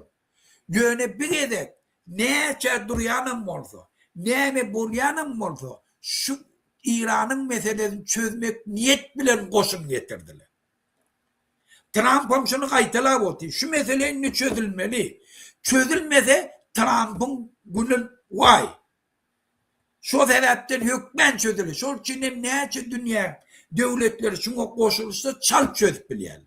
Araplı koşulursa, Avrupa koşulursa, Türk devletleri koşulursa İran hiç saat edibilmeye. Şu atlım yani bir saatmin önce Amerikalı bir tane sekretni Kadirov'un mesajlarla bütün Avrupa, Amerikan içindeki İran'ın spiyatçı gruplarına zadaniye veriliptir. Barın biz paraya edin deyip. Yanca yan bir saatmin önce. İran şun yanak terörist. Şol için İran derdi hiç vakit hatta İran'ın halka ayıracak oluyor şunu. Eğer bir hak devlet olsa, kanuni devlet olsa halk istemese gitmeli. Halkın istemeyen eğer bilecek olsa yurdun içine referandum geçirmeli. Saylo geçirmeli. Dünya devletlerin pristavitilleri bolsun, metbuat azatlığı üstüne hem bir düzgünçülük önüne geçip biliyemden. Hiç uğraşım olmaya. Halkın isteğine boyun olmalı. Ola boyun ne? Şol için İran nahak. Yönenin Amerika dünya kanununu bozdu. Yöne bunlar vatandaşlar üns verin. İran'ın karşısına bütün dünya devletler kuramasının ne çekerek şuna verilen sanksiyaları var. İran çoları askerine İran'ın prezidenti Mahmud Ahmadinejad kıyıgırı var ya. Sizin çıkarayan sanksiyeleriniz barın başla falanını sıfırın diye, o bir kağıt para diye kıyıgırı var etti. Bir dünyanın kanunu ne askerine. Bir hiç daha da boyun ne. Bir beyleki devletleri gün veren hak içinde öz terörist toporlarını döredim. Şu an yeni bir haber yayradı. İran'ın devleti Livan'ın primer ministerine her ayda $500.000 pul veriyor diye İran'ın şu tadaki etken hareketlerini görmeyene baştan savunma etti. Her ayda $500.000 pul veriyor. Halkı aç gidip bir, susuz gidip bir, elektriğe enerjisiz aylıklarını veren aklı pensiyonerle közenip bir, bu karamdadılar. Başka devletin içinde başka datları edip veriyor. Şu sebepten İran'ın hükümet dolandıran cinayetkarla olabilir şeytan ervet niyetleri onları yok etmeli. Şolu şotada dursa hiç kime şotada gün yok. Irak'ı bedbaht ettiler, Suriye'ni, Yemen'i, Livan'ı görünmesini. Şol için kim şun kun gelip İran halkının azat bulmağına kömek edilse şöyle doğru. Yönüşten de İran halkım, Türkiye devletim gelip kömek etmeli. İran'ın içinde 30 milyonu kolay Türk dilli halk var. Azerbaycan, Türkmen, Khorasan, Kürtleri, Türkleri, Ondan yine de neme kenna Türk dilli nemele. Eğer şu hükmen gittiği hükümet. Eğer Türkiye devletler, Türk devletler gelip şuna koşulsalar İran'ın gelecekki siyasi devleti hükmen Türkiye vilayet edip biliyor. Yani Türkmenle de şu tadı o zaman aktif katnaşıp biliyor. Azerbaycan'la da katnaşıp biliyor. İran'ın bütünlüğünü hem asuda olmağını hem şu regionun asuda olmağını Türkiye devleti üpçün edebiliyor. Şol için Türkiye devleti yok. Men şu açına koşulmalı. Yine bir adayın Türkiye devletinin içinde, televizyoniyetinde, yurdun içinde İran'ın speslužbaları, İran'ın agentleri dolu. Şolardan boşamalı. Şolardan boşamalı. Şola gelip Türkiye'ye ne doğru informasyon verip Türkiye'ni bulaştırıp oturdular. Türkiye esası yanlışındadı. Haçanım İran'ın hükümeti gelip 40 bin adamı öz halkının kıranına sesini çıkarmadı. Bu ulu bir yanlıştır. Ertesi gün şu halkın yüzüne seyretmeli. Şu halk kırılı. Devletle gitye. Halk galiya. Halk bilen Türk'le yaşaşmalı. Şol için Türkiye devleti İran halkının tarafında durmalı. Doğru diyeyim. Muhammed Ağa, men fikrimçe de ne şu uçtu Amerika İsrail'in daşına gelip içine rejim yenecek kolyada halkını ulunmasa ya halk bilen bile etmese şöyle bir katı bir yani apası var da hoplayaday. Eğer de halk momentin bıyırına ay hovo şular yani kezzap şular yani terörist bolsa da bizim dövletimiz Amerika İsrail veyran et var ya biz hükman kalmalı. Ondan biz öz kezzaplarımız bilen razberiyorum sedip yani çıkıvil ya şular gorap. Bütün dünya cemiyetine karşı gidiyor İran halkı. Yani şu momenti ne ya da yani halk bilen Amerika ile İsrail işler. Bu Amerika İsrail diyenler Batı İranyalar şu devletler. Ben aydayına. Ben de kulağa şuna. Şu da aktifini gurrun edilen. 30 yılın içinde gurrun edilen de hatta şu. Ben de kulağa. Haçanım İsrail'in özü İran'a napadat edip başlarını önkü edip 10 kulluk vuruştu. İran'ın halkı ne olur kolladı ne olur kolladı. İsrail fikretti İran'ın halkı kollar mı diyor, ne kollamadı. Yönü bir edip İran'ın hükümeti halkın mirini demonstrasyasını kanı buladı. Yani 40 bin adamı vatandaşlar, 40 bin adamı öz halkını ikinin içinde kırmaklık onu hiçbir celladi edenek gözüne getirip 40 bin sen yine de her adamdan 2 litre kan çıkıyorduydı. Sen gözde neçe trailer kan köçe dökülüptür. Şoları öldürüp kasap kanala yetişebilmeye ikinin içinde. İran'ın şu cinayetkarlar avtomat bilen öldürdü. 300 bin adam yaralı olan, 300 bin adam yaralı olan vatandaşlar. Şu da İran'ın halkını kahara getirdi. Şun yanak yağdaydı, on hükmen koşuluşmalı. Bunun karşısında İran'ın halkı hemme yolla bilen görüştü. Olay öz halkının karşısında yara olundu. Şu sebepten İran'ın halkı bütün dünyanın çağır ettiler, kömek edin. Şunun elinden bir yarağı alın, biz özümüz sonuna yetiyek. 3 milyon adam dışarı yurtta Amerika gel kömek edip çağırış ettiler. Şu neçeliğine ayrılan aklı, köşeden ayrılan aklı. Güvende kulağı hiçbir tarihte yok. Bir halk başka devlete gel, bizim devletimiz ayırıp verdiydin. Yönü şun kun İran'ın halkı etti şunu. Şu an İran'ın içinde her gün şu bolyan atılyan dadı birinci video çekip uğratıyorlar. Dolu minlerce video var. Ben ne diyecek böyle? Abstanovku ütkedi İran'da. Yönü urş olanına bir tovar adam yeni oylanış başlar. Yönü bunları kollayacak adam yok. Bunları kollayacak. Şolar için canını verecek adam yok. Nitralını bulmak mümkün. Yönü men şu sebeplerim hadir Türkiye devletine ait yani. Türkiye devletim koşulsa, halkın göz yetirse şolan gideceğini, onlar için içim yara kalmıyor. Şu sebepten hem Araplar, hem Avrupalılar, hem Amerika, İsrail, hem nemele ondan Amerika, İsrail'e de öz siyasetini yönettirmeyenler bula koşulsa. Ervet niyetli adamlara getirtmeyenler hükümetin içine. Halka orn verip oluyor. Halkın sesine ün verip oluyor. Dürlü toparlama ondan alalaşıp yurdun içine siyasi geçirip oluyor. Yönüş eğer şunu hiç kim koşulmadı İsrail bilen İran belletmeli olur İran'ın geleceğini. Şolan hiç kim mefidine de. Hemen aytyandan. Olya. Muhammed ağa, siz studiyada temperaturanı kaldırdınız. Şimdi reklam pauza edelim. Su için oradan devam eder. Edi vatandaşlar, qarasızlık yılları içinde yurdumuzda ağır ulu işler durmuşa geçirildi. Qarasız kemişelik bir taraf devletimizin at avrayını, belent derecelere yetiren Türkmen halkının milli lideri, Türkmenistan'ın halk maslahatının başlığı, Kahraman Arkadağımızın büyük başlangıçları, belent tutumları ile ata vatanımız kuvvetli devlete uğradı.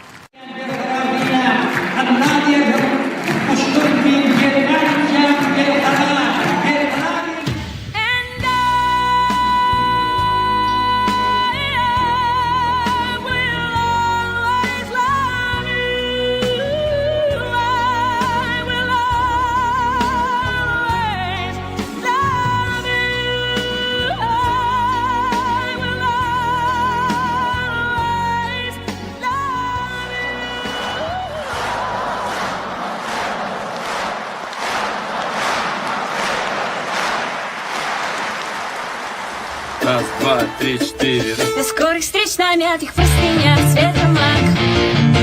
До скорых верных красавиц, драгающихся рук. Кого любят, того ждут.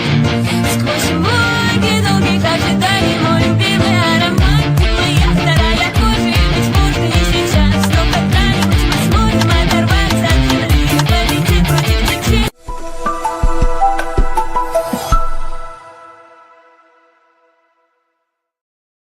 Muhammed ağa, men hazır bir iki tane video okuyayım. O zaman sizden komentar soracağım. İran boyunca. Şunu söyledim.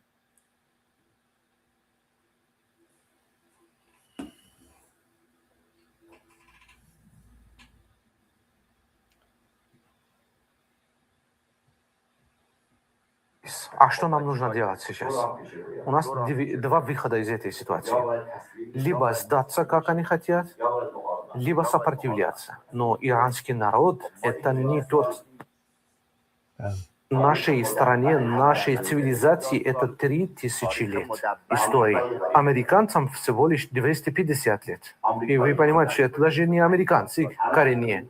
В основном из Европы они там эмигрировали в США. Захватили территорию, говорили, что это наша страна. Та страна, которой 250 лет, хочет диктовать свои условия той стране, которой 3000 лет, чтобы мы подчинялись им. Никогда. Никогда. Мы никогда не сдаемся. Понятно, что мы так не поступать не будем. Если мы сдаемся, значит, вся наша культура и прошлое будет под вопросом. Так что будем сопротивляться и дальше. И ничего, кроме победы, перед нами нет. Они хотят...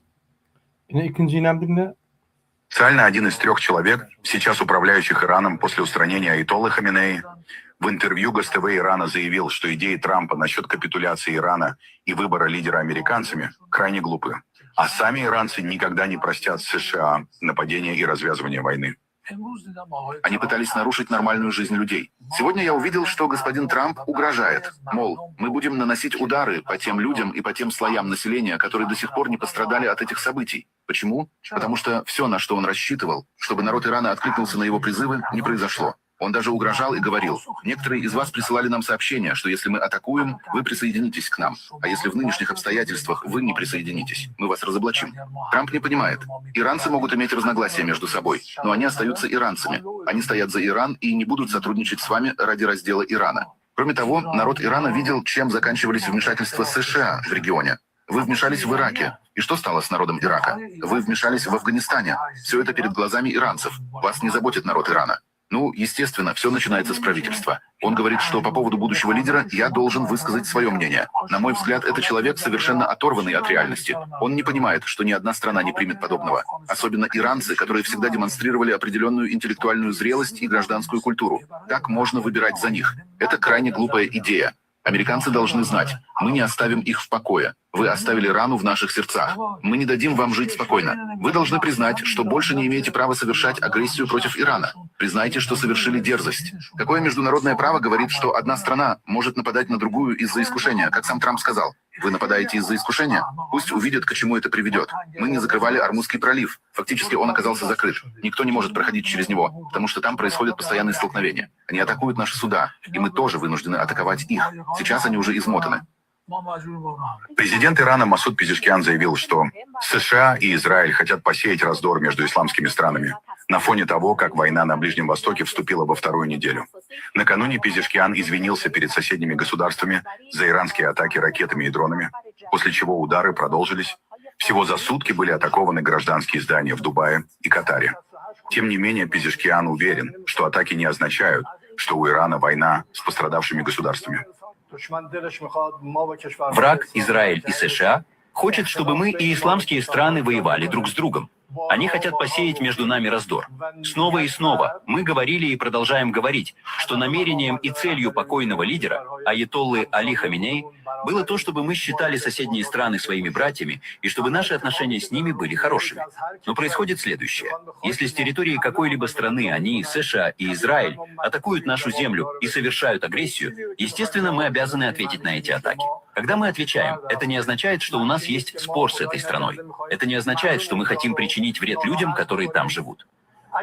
Если между нами возникают разногласия, мы должны решать их внутри и не позволять им, Израилю и США, использовать эти разногласия для осуществления своих злонамеренных планов. Этого нельзя допустить.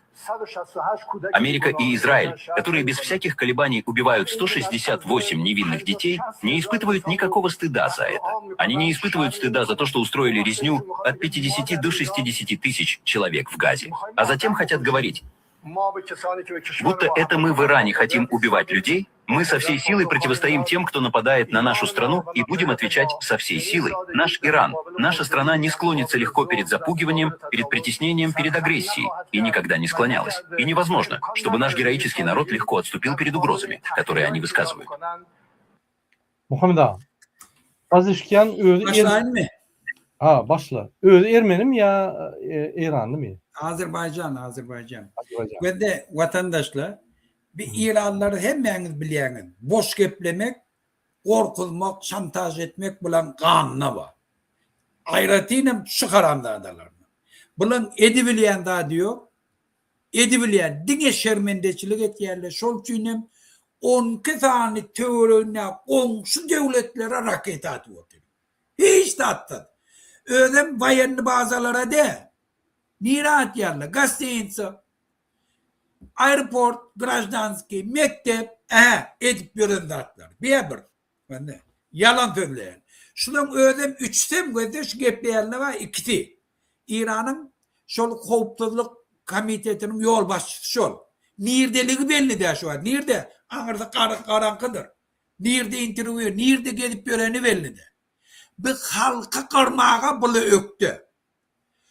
Ecide kanim. Eline yarava neme var? Şol çinem edecek neydi o diyor. Beber. Ben de şu atlan en 10. gün arkayın 50, 60, 70 tane samolyot gelip İslenlik yerini bambi dedi o diyor. İslenlik yerini. Sen ne hakkında gurrun etken? Bir cezanı samolyotunu vurabilmediler. Bir cezanı samolyotunu. Bütün vayanlı çağızları, hükümet kuruluşunu, hemmesini, başına, şu birinci sekundunu, rehberini bambi edip öldürdüler. Yani vayanlı naçalniklerini kırdılar, 40 adamı. Birinci minister abaronu mu falan mı görsör hemmesini ayağını kıydı, aktığı çoğuluğu hemmesini kırdılar. Ondan ne hemen hakkında gurrun et yerdi. Mın bidiydik ne mi? Bidiydik ne mi? Biz bir günah adamları kırarız diye. Ayt yani. Olun ne öğlerini öldürecek. Halkı öňeğinde. Şol için bula İran halkına devişli yeri yok. Bula göde Novruz bayram yatırdılar. Aydım aytmağı yatırdılar. Tahtı Cemşid'i yatırdılar. Bu Türk İran halkının kulturası bilen vapşa bula ayratin adam. Şol için hem İran'ın halkı bulara görüşmüyor. İran'a devişleri yok. Bula Şii Irak'ta terbiyelen nemede Khomeini'ye vapşa India'dan gelen.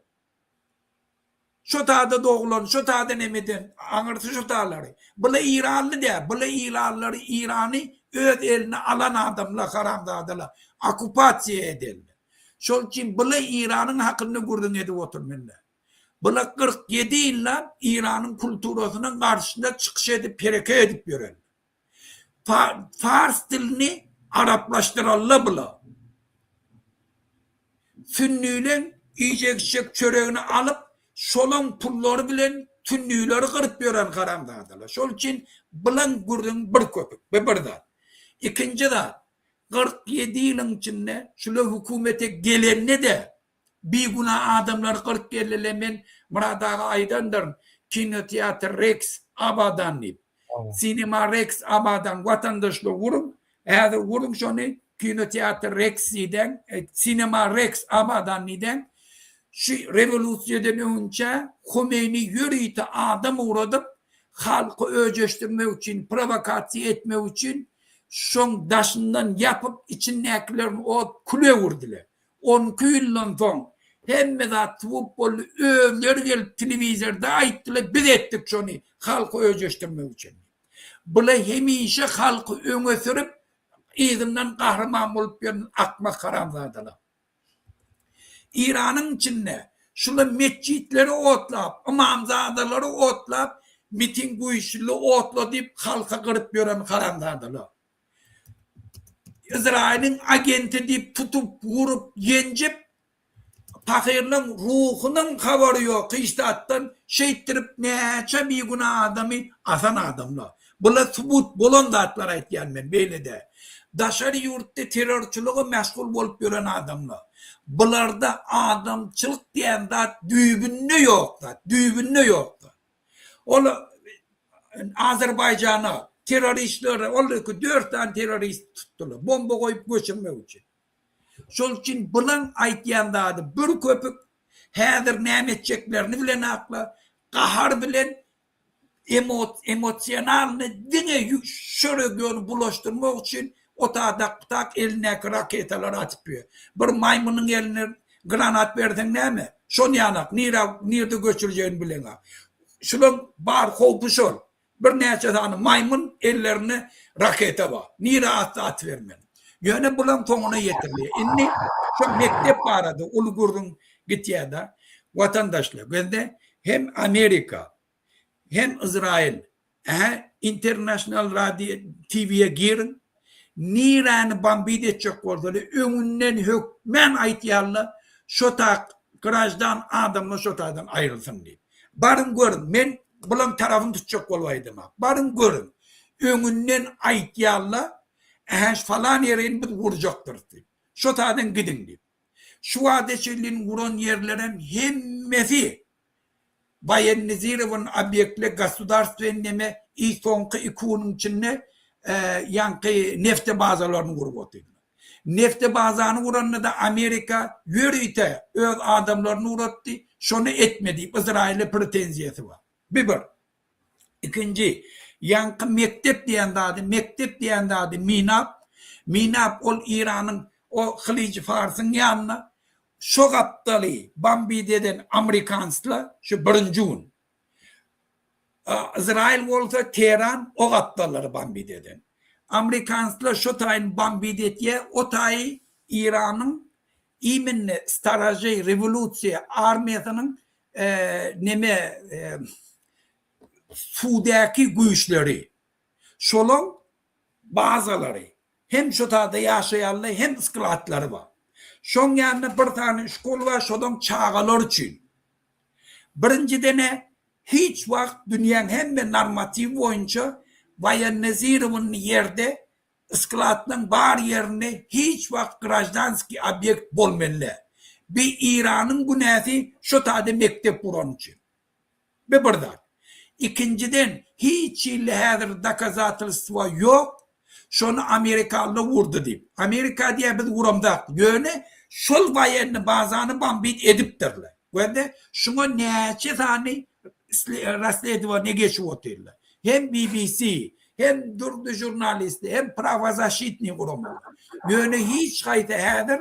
Şunu kim vuranını bilen akla.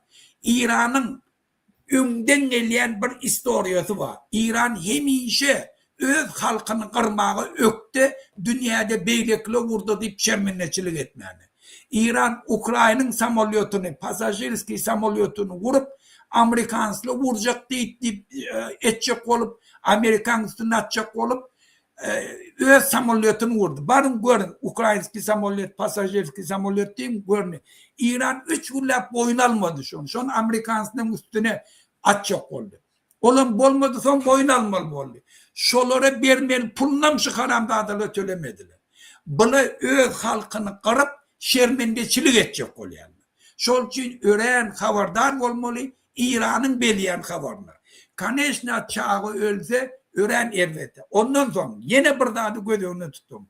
Demokratik devletlerde adam hukukları deklarasyonunda hürmet koyulayan yerde adam hukuklar kurumu nemeleri pravazashitni kurumunun köp yerine jurnalistlerin adat yerine sen bir tane grajdan adamı öldürsen sen yakan tutup sen tıptırmayarlar. Şunu Amerikansla da biliyor, İsrail'in biliyor.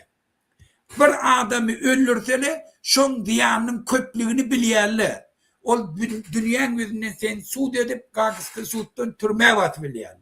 Şun için bula hiç vakt belkatlayın grajdanski obyektleri vurmayarlar. Şunu vursa köp diyan çekerli ta onu vuranlar. Ondan ikinci de hiçbir adamı bir vayenli özü barıp birini vurmaya sebebi Amerikan sistematının hem demokratik devletlerde polisiyeler hem şeyler. Bunlara kanunçuluk öğretyenler, vayenlilerin pariyadını öğretyenler, dünya normativini öğretyenler oku alandan sonra ondan eline yarak ulanılıyor. Ondan o yarak ulananla individualini özleri cevap veriyor. Şol için sen şunu vur deysen vurmaya sebebi ertikun öz cevap veriyor. O kaptır. Lisensi var. Vayenli mi? Özü cevap veriyor. Amerikan prezidenti cevap vermiyor. Şol için hiç etmeye eğer göz bilen görsele bilsele şu tada çağavalığını öldürsen vurmaya şunu. Sebebi on diyanı köp. Bir yerde arkayın suud edip oluyor. Bir yerde jurnalistler kıygırı otu. Hem türlü jurnalistler giyici ünlü. Şu an İran'dan meter Avrupa'da şun üstünde kurun edip böyle. Şol için bir derek o zat bilen İran'ın allığına düşme. İran'ın meselesi çözülmeli. Şu vuruş kansız bolmaya. Yöne eğer şu hükümet dursa 40 adamı 2 yılın içinde öldüren 2 milyon adamla kırıyor. Şol için şu durmasın. Şun üstünde fokus edin. Bolya, sağ olun Muhammed ağa. Gelin bir video seyredelim. Ondan komentar verip şunun efir yapalım. Derdim Muhammed ağa. Yine Türkmenistan'da Traur Похоронены Вашингтоне diye. Şunu söyledim. В мемориальной программе, проведенной в культурном центре посольства Ирана в Ашхабаде, приняли участие муфти Туркменистана Елкав Ходжагулиев, дипломаты и приглашенные. В рамках программы была прочитана молитва за аятоллу Али Хаминеи, а в иранском культурном центре была открыта книга соболезнований. С другой стороны, заместитель председателя Кабинета министров... Yine dedim Raşid Meredov. Yani diyene bu bir şeyli bir emhime tilkisi. Gerek yerine barıp yallaklar, gerek yerine barıp yani Serdar Berdi Muhammedova tema yok vakti başka bir tema gidip tuka gelip yani zaslujny arxitektor Türkmenistan atqan arxitektor adını verir. Qaral her dada eder özünü yani qıynatmaz. Her dada eder bir adamlar pastavladılar yönü özünü yani hiç bir nime risk almaz. Şuryalı aktivistler qoğlap gören Türkmenistan'ı ortalara satan Raşid Meredov. И министр иностранных дел Туркменистана Рашид Мередов также посетил посольство Ирана и подписал книгу соболезнований. Мередов провел короткую встречу с послом Разбахани и выразил соболезнования иранскому народу. В рамках программы гостям также был предложен ифтар. Yine Muhammed'a şöyle bizim bir vatandaşımız yalnızca şu videonun gruptu. Şeyle diye, bana da bunu niye eyladamay? Dubai'de hem pullarını saklayalar. Mülklerini saklayalar. Dubai bir Sonra bombalap bulur. Çıkıp bir sözüm aydan oklar. Yönü İran'a gidip yallak kıyarlar. Niye çıkıp ediyorlar deyip. Hani seni düşündür o zaman benim düşündüreyim. Men bula korkak, bir korkak karamdadı. Ayde dini öz halkına şiir bolup gören karamdadılar. Şol üçün Türkmenler şuna bilmeli. Şuna dige bizim üstümüzde şiir. Ecide ganim. Başkalı hemmek işte. İtin iyiliğin var ya, itin nene korkuyor, pişirin nene korkuyor. Şol için bula iyiliğin yanına iyiliğin hizmetkari. Öz halkının düşmanı. Şolun başında da şiir bolup gören. Şimdi ben burada aydayım burada. Şu İran'ın hükümet diyeni var ya, Mekke'nin yerine Kerbela'nı kaldırıp otuyorlar. İnni Mekke'ye gitmeliler Müslümanlığı diye. Kerbela gitmeliler.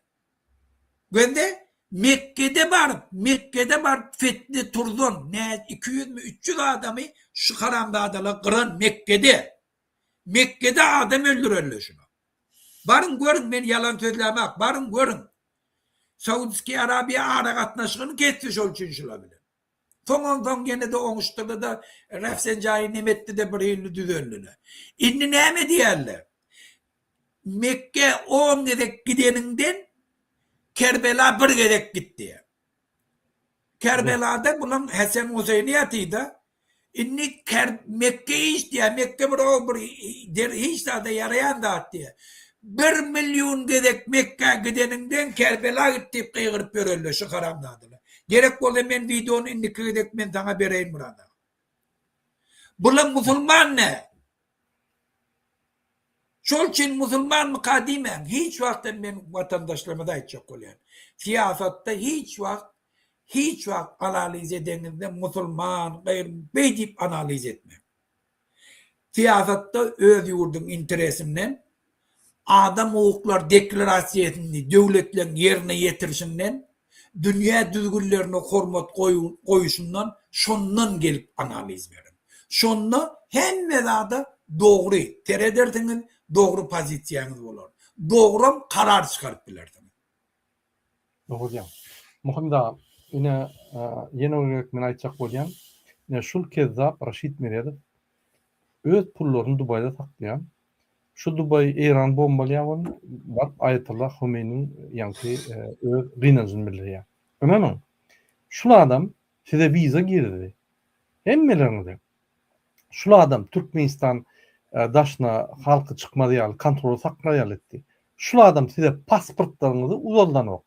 Yani şul adam şu kezzap. Şul adam sizin çağlarınızı okuyan studentleri bundan metal kontrol etmeliyip yankı şoları görgüller Orsiyette, nemede, Ukrayna'da okuyan motor şoları kontrol edip hatta talip daşına çıkıp işle okanını şonam kontrol edip şonam türmede yansaklıyor. Yani şu adam. Şunun adından belirlek koyun Raşid Meredov. Şunun yankı intiba ciheti Uraz Meredov. Aktivistler tutup giyiniyor. İkisi bile işler. İkisi hem komiteye çık. Ola komiteyette işler. Bulam komiteye çık Daşı İşler Ministrine. Ben başka da adayacak olacağım. Serdar Berdimuhamedov Orfiyaktaki pasol alıp Pedir Amerika oldu. Orfiyaktaki pasol ol komiteye çık. Ol mealik verdiğini tuttu. Ol Azat Kepkan tuttu. Bir topar aktivistler tutup Türkmenistan'ı verdi. Şimdi şöyle razındı şunu. Onam kim etti? Serdar'ın ahranın başlığı Pedir nemede MHM'nin başlığı oldu. Serdar ve Kurvan'ı ölecek böyle aktivistler Türkmenistan'a getirip öyle yani kopunu duracak ol. İnni şöyle adam şöyle bardı Vepa Hacıyev oğlum MHM'şlik. MHM neme çinovnik ol MHM işgari. O eşklen bahs uğradı. O bizim yani Daşı İşler Ministri duruşuna MHM. Şuları içinde diplomatlar ama yönelişin başı MH5'ler. İnni ünitlerin. Raşid Meredov aktivist Türkiye'de bir zat ise gün var miydi haş edip pul verip daha dedi aktivistler geliyor. Vefa Hacı Feyadır Usiliyene gitti Amerika. Yani onun vekili olup gitti. Orşed'deki MH5'lik yani pasol olup gitti. Bunlar heyadır şu yerde aktivistlere baş edip şoları alt gitmek, öldürmek operasyonu başladı. Hormatly ileşler. Biz kalmalı. Bolmasa aktivistler tükünür. Biz kalmalı, biz meseleni çözmeli. Biz şul kezzaplığı, şul yankı teröristçiliği durulmalı. Biz Türkmen halkının genosidini durulmalı. Başka lazımız yok. Men şunu ayyan size, siz katı üns veren yok. Siz katı yankı nemeden yok. Ay erti işim yok, erti iş tapacak, öğretecek. Bu zatlar hiç. Şul etrafta. Yani şuradan bir deyinsek, sen işim özlemeli. İş öz yağılır tutun. Sen pulun özlemeli. Banktan al, hükümet kömek eder. Yılın sonunda hükümet kömek eder. Gelen yankı nevit dohodlardan halka paylar. Biz yerler veriliyor, Murada. Yerler veriliyor. Halka veriliyor. Sen öz yurdunda döşün açık gezersin. Senin pasportun fiilarlar, senin pasportun çalışır. Normal pasport eder. Mananın konvertasiya olur. Özbekistan'a, Kazakistan'a, bütün dünyada konvertasiya olur. Biz devlet olur. Häzir devlet hem değil biz. Hani devlet bir goýan adam var, aydın ali. Gurbanulyň ve Serdar'ın yankı ihtiyarlyklaryny goýan adam dolu. Diňe çinovnik şonu diýär. Sizin haklaryňyzy goýan biri yok. Sizin devletiň yankı awtoriterini galdyrýan biri yok. Bütün dünýäni güldürýärler. Şonuň üçin biz kalmaly, başgalar yok. Ramazan bayram namazyna biz çykýar, şondan gün köşke ýürýär. Ya alýar şunu ya da biz gulçuluğa ırza bolmaly. Başgalar yok. Boldy. Özümüz hem, çağlarymyz hem, garnaşlarymyz hem hemmemiz tohum bilen gulçulukda. Ya Türkmenistan taşlap gitmeli. Türkmenistan taşlap gitsen, sen gidersin, ata-baba mazarlaryny etjek. Sen gidersin, o ya doğulan topragyny ne etjek? Yankı yaşlyk geçen ýerlerini ne etjek? Näçe biz watanymyzy bir keza ynanmaly ya bermeli. Ýalyn kommentarda öz pikirlerini. Muhammed ağa, şunu biz efiri gutorul men bir dokument göküzjek bolýan tormaka. Sen häzir bir şu tema boýunça öz pikirini aýt. Men bir dokument göküzýän bizim watandaşlarymyza. Ýürüýte bir dokument taýýarladym.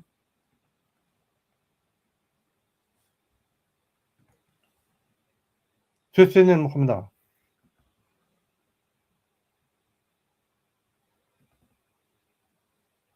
Sesin gelen ok Muhammed ağa.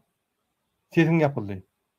Şu yani Reşit Meredov barda pasolstva neme kıynançın bildirmäne. Şu bilýän için şonu göberdiler. Reşit Meredov'u. Gurbanullah gorktuly. Sebäbi Trump ofitsialny çykyş edip aýtdy da. Kim şoňa nemette şolary spesege alyp otdy. Trump. Şol üçin gorkdy berdi Muhammedowlar. Oňdan şunu uğratdylar. Hem İrandan gorkýarlar, hem Trump'dan gorkýarlar. Şol üçin karara geldiler, Aýşe Bartynny. Olam İran'ı beter razdıracak diye. Şol üçin hem İran hükmen çodýa. Raket oklaýar Türkmenistan. Okey, Muhammed ağa, men bir dokument göküzjek bolýarmyň. Hormatly izleşler, ine maňa kup adam diýe Murad ağa hatlar niýe ýazmaly? Biz haklarymyzy gorap bilemdik. Bize üns veren ok hökümet, üns veren. Bütün dünyada şeýle prosedura var. Birinji bilen sen häkimlige ýüzlenýän. Birinji bilen sen prokuratura ýüzlenýän. Rayon prokuraturasy, ondan şäher prokuraturasy, ondan yankı velayet prokuratura, ondan sen yani general prokuratura. Eger sen aşağıdaky prokurora, etraf prokuroruna ýüzlensen, olam jogap bermese, ya başga bir zat ýatsa. Günü sen merkez prokuratura ýüzlenip bilýän. General prokurator, olam hiç adet etmese, sen prezidente yap bilýän. Olam hiç adet etmese, sen onunla bütün dünya kurumları yap bilýän. Ýöne, eger sen etraf prokuratura ýatsaň, olam çözmese, merkez prokuratura, general prokuratura ýatsaň, olam çözmese, eýem şunu kotdan başlap, sen bütün dünya jemgyýetine ýüzlenip bilýän. Ine men size yürüyte adresler ettim. Международная организация по защите прав человека. Adam haklarını koruyan halkar kurumlar. Onun ine e-mail adresleri şunu bellep alın özüňize. Men şu videonun aşağına dokumenti koyuyorum. Şu yerde özüňiz kaçat edip şu dokumenti hemme adresine atıp bilersiniz. Ukrayna Верховный комиссары ООН по правам человека. E-mailden uğratsanız bolýar. TB petisiyon. Orçça da ýatda bolýa, orçça. Орча я аудио. Комитет по правам ООН по правам человека. Ине. Комитет против пыток. Ине. Yani eğer de sen doğru nazarşını pıta edip yani MHM vurun bolsa ya polise vurun bolsa ya türmeň içinde gurulýan bolsalar. Aw türmeň içinde vurulýan bolsa gün şoňa ýazýan ine men çağan plan türmede otur vururly men goýberen Авой, bilen. Рабочая группа по ООН по произвольным задержаниям. Yöneten saklan bolsalar. Ya öňe gelip ugroza edýän bolsalar, ine şöyle ýüzüp bilen. Специальный докладчик ООН по правозащитникам. Ine şunu ýüzüp bilen. Ýülse спецдокладчик.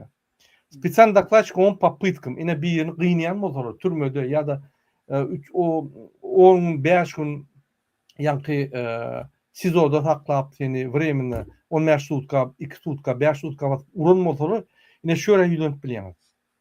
Специальный докладчик ООН по свободе слова. Eger de siz öz pikirini bir ýerde aýtsaňyz, size de baş edip MHM planlat diýse, prokuror ýazyň hiç az etmese gün şöyle ýazyn. Adat pikiriniz üçin ya sen öz pikirini nägeliklerini aýdanda saňa batyş edýän bolsalar, ine şöyle ýazyp bilýär. Специальный докладчик ООН по независимости судей. Ine судlaryň ýanky işlemese, zat etmese, ine şöyle ýazyp bilýär. Международная правозащитная организация. Halkara adam hakları koruyan kurumlar. Amnesty International ine şunu ýazyp bilýär. Ine şunun saýty var. Human Rights Watch ine şunu ýazyp bilýär. Ine şunun saýtlary var. International Federation of Human Rights ine şunu da ýazyp bilýär. Saýtam var. Front Line Defender. Защита правозащитников ine şunu ýazyp bilýär. International Service for Human Rights. Yani halkara servis var. Şunu ýazyp bilýär. Freedom House ýazyp bilýär. Artikl 19 Свобода слова ine şunu ýazyp bilýär. Saýtlar amma Civil Rights Defender yani гражданская правозащита şunu ýazyp bilýär. Organizatsiya по борьбе с коррупцией. Ine korrupsiýa. Türkmenistan dolu korrupsiýa, baran ýerinde korrupsiýa. Bir ýerde korrupsiýa bolsa prokuratura ýazýaňyz, eger hiç zat etmese ine şöyle ýazýaňyz. Ine men şu videony ýürüýte azat çıkıp edýän. Ine şöyle ýüzüp bilersiň. Organizatsiya по борьбе с коррупцией. Transparency International ine şöyle ýazyp bilersiň. Tutnamaňyz bilen Global Witness şöyle ýazyp bilýär saýt amma Organizatsiya помощи беженцам ine şöyle ýüzüp bilýär. Refugee International, International Rescue Committee. Журналистские антикоррупционные организации. Ine jurnalistler de ýüzüp bilýär. Sizin temaňyz, problemaňyz ýanlandyp bilýär bütün dünýäde. Ine şul Комитет de протеж журналист, ine şul jurnalist organizatsiýalar. Региональная правозащитная организация, работающая в Центральной Азии. Association for Human Rights of Central Asia. Ine kontaktlary. Merkez Aziýadaky ine bölümler. Norwegian Helsinki Komitet ine kontaktlar. Helsinki Foundation for Human Rights. Adam haklarına koruyan Helsinki yani fond. Что писать в жалобе? Жалобада näil bolmaly? Hatta öz adyň, familiýaňyzy, гражданство, описание нарушения hakda düşündirýäňiz. Какие государственные органы нарушили права? Haýsy hökümet gurumlar sizin haklaryňyz boldy? Даты и место события, нерде boldy, kaçan boldy? Доказательства, фото, документ, видео. Лучше писать на английском. Ine şu dokumenti men şu videoň aşagyna goýar we size haýyş edýän, siz ýüzlenip bilersiňiz ve öz haklaryňyzy. Indi prezidente ýüzlenmäň, ola triyapka. Men günaýan triyapka. Hiç saat başlaryny gaýtyp MHM bilen aktivistlik ödläp halky näme batyş edip bolýar, şonu ödläp. Biz şolary arest etmeli. Arest etmek üçin men şu programary hat ýatsaňyz, onu olar çäre görýär. Gelip alyp giderler hem şolary. Eger hemme zat açylsa, çünkü bunu hemme zat açylsa, Türkmenistan'a UDNP detallar hemme zat açylsa, kaput, ikisine de kaput şunu. Ondan biz şunu etmeli. Ine şoň üçin size iň ansat ýol berýän bütün dünya näle yüzlenmeli? Devlete de gerekli. Günden gün yüzlenip bilersin. Advokata görkezin, advokata tayyar edin. O cemlep beriye yemelden uğradın bollu. Bitti. Bir minutta bitti. Sizde problem olmaz. Olur da şeyde var problemler başlar bolayın. İyizini tapmadılar. Gaffatını tapmadılar. Anladın? Şunu hazır biz etgöremdik, şunu etmeli. Muhammed abi. Burada men bir kıdat koşşok şuna sen aydınma. Ay sen köp zat koş. Aydan. Bolýar. Ta ol yaman gowetdiň şunlar, bende watandaşlar. Birinciden eger şu yanqyny surata düşürip de telefonunuzda koysanız var ya, polisiye gelip tutacak oldu, men şu talik uğradım diydin, şu polisiye kaçmasa tüpüzmedi ya. Ava. Birinciden şey. Şunu, şu adresle seninle bağlığını bilse, şun öz seni korap saklaya. Canın Bismillah'dan korkuşayanak, bula da şu zatlardan korkuyor. Sebebi bizzat güni, bunun üstünden seredilyen kuramalara haber veriyordu. Devletin üstünden. Ve bir. İkinci, hazırki devir vatandaşlığı. Şu mekanizmle kovu işlemediği için ola İran'la uğraş buldu. Ola Berdi Muhammed'in oğlunu getirip karamdağdalı koyup onun şu atından pat udar. Hiç yerde onun gördüğüm yoktur şu an. Sebebi emme kişileri günahkar bilýärler. Dünyanın şu gelen yağdayını. Şol için bula deyinni apravdat etmek için jalıbalara kovtir edip başladılar. Şol için sizin iyi veriyen dağıtlarınız bizim imaniye kalmaya. Eğer kalsa bana şunun özlerini olsam cinayeti iş kaldırıp oluyor. Berdekilere aydeyin şunu. Üçüncü de siz o etapla mıradağa sudebni sistemi bilen gittin, sud üstülen yüzlenecek oldan yan kaytiyen doğru. Yöne eğer siz polisiye bir kanun tutacak oldu. Siz bir kanun gelip men tuttu deyip şuna video zaten düşürüp uğradım, şunları gönü uğradı bilen. Drone yerinizden uğradı bilen. Surat, video ya niye basnovun ni arrest. Eğer kuruyan olsa polisiye. Video düşürün, turata düşürün. Falan yerde ben aldım, şunlara uğradım. Yok, ben çare görürler. Şunun için bir tavarda atla. Sen sudun üstü bilen son meselen çocuk oldun, yankı stansiyalardan geçmeli. Yöne şeyle oldu. Uğradım şunlara emmet. Şu an sizin dağdığınıza seyrediliyor. Yazın. Öyle bir yedek bilen nimetmen. İyiydi giderli yazın. İyiydi giderli yazın. Doğru. Yine hormatly ilişkiler yankı dokumendi peçad edin. Kapıyını da yelmek şeyle. İş tarafından. Gelenine kapıyı açıp şunu serip hazır yine öy vardım. Meni vermeden men çağıramı ver hat gidiyor. Tangaş diyeceğim. Prezidentim merakal. Bu prezidentin mi orkan yok. Ya prezidentin uyuday ya. Nimetini şunu edin kirletini kaldırma diye edin diye. Şunu giden diyse sen prezidentin balığını sıçıp başlıyor. Doğru mu? Olur davet et yani. On kulun çıkarıyor. Gelip alt giderlerim. Şunun için instrument köp. Şunun içerli. Biz hiç tat edemiz. Biz öz haklarımızı görüşmeli. Niyeliklerimizi aytmalı. Ağlamadık çağa emcek yok. Ölecekka olsanız kıyımlan. Yine men açıklar. Muhammed ağa şunun biz kutorolu Ramazan bayramı. Ramazan namaz bayramına bar yaz. Her 5. gün bar yaz. Meçitlere tuğuluma informasiya geliyor. Köp adamlar uyuşa. Köp sağ olun. Barın. Allah yakin olun. Şuraya kezzapa yakin olun. Barın. İnşallah az birlik bilen alışılır. Köplük bilen alışılır.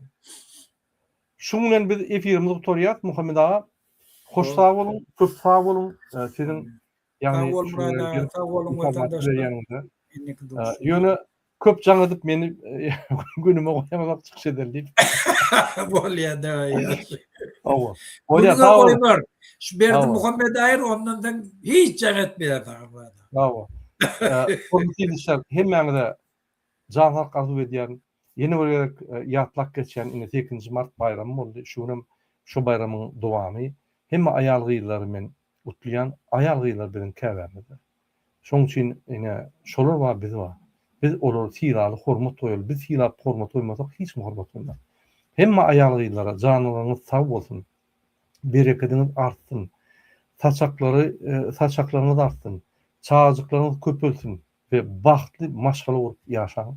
Bizim size terdik, bizim bahtly yaşar.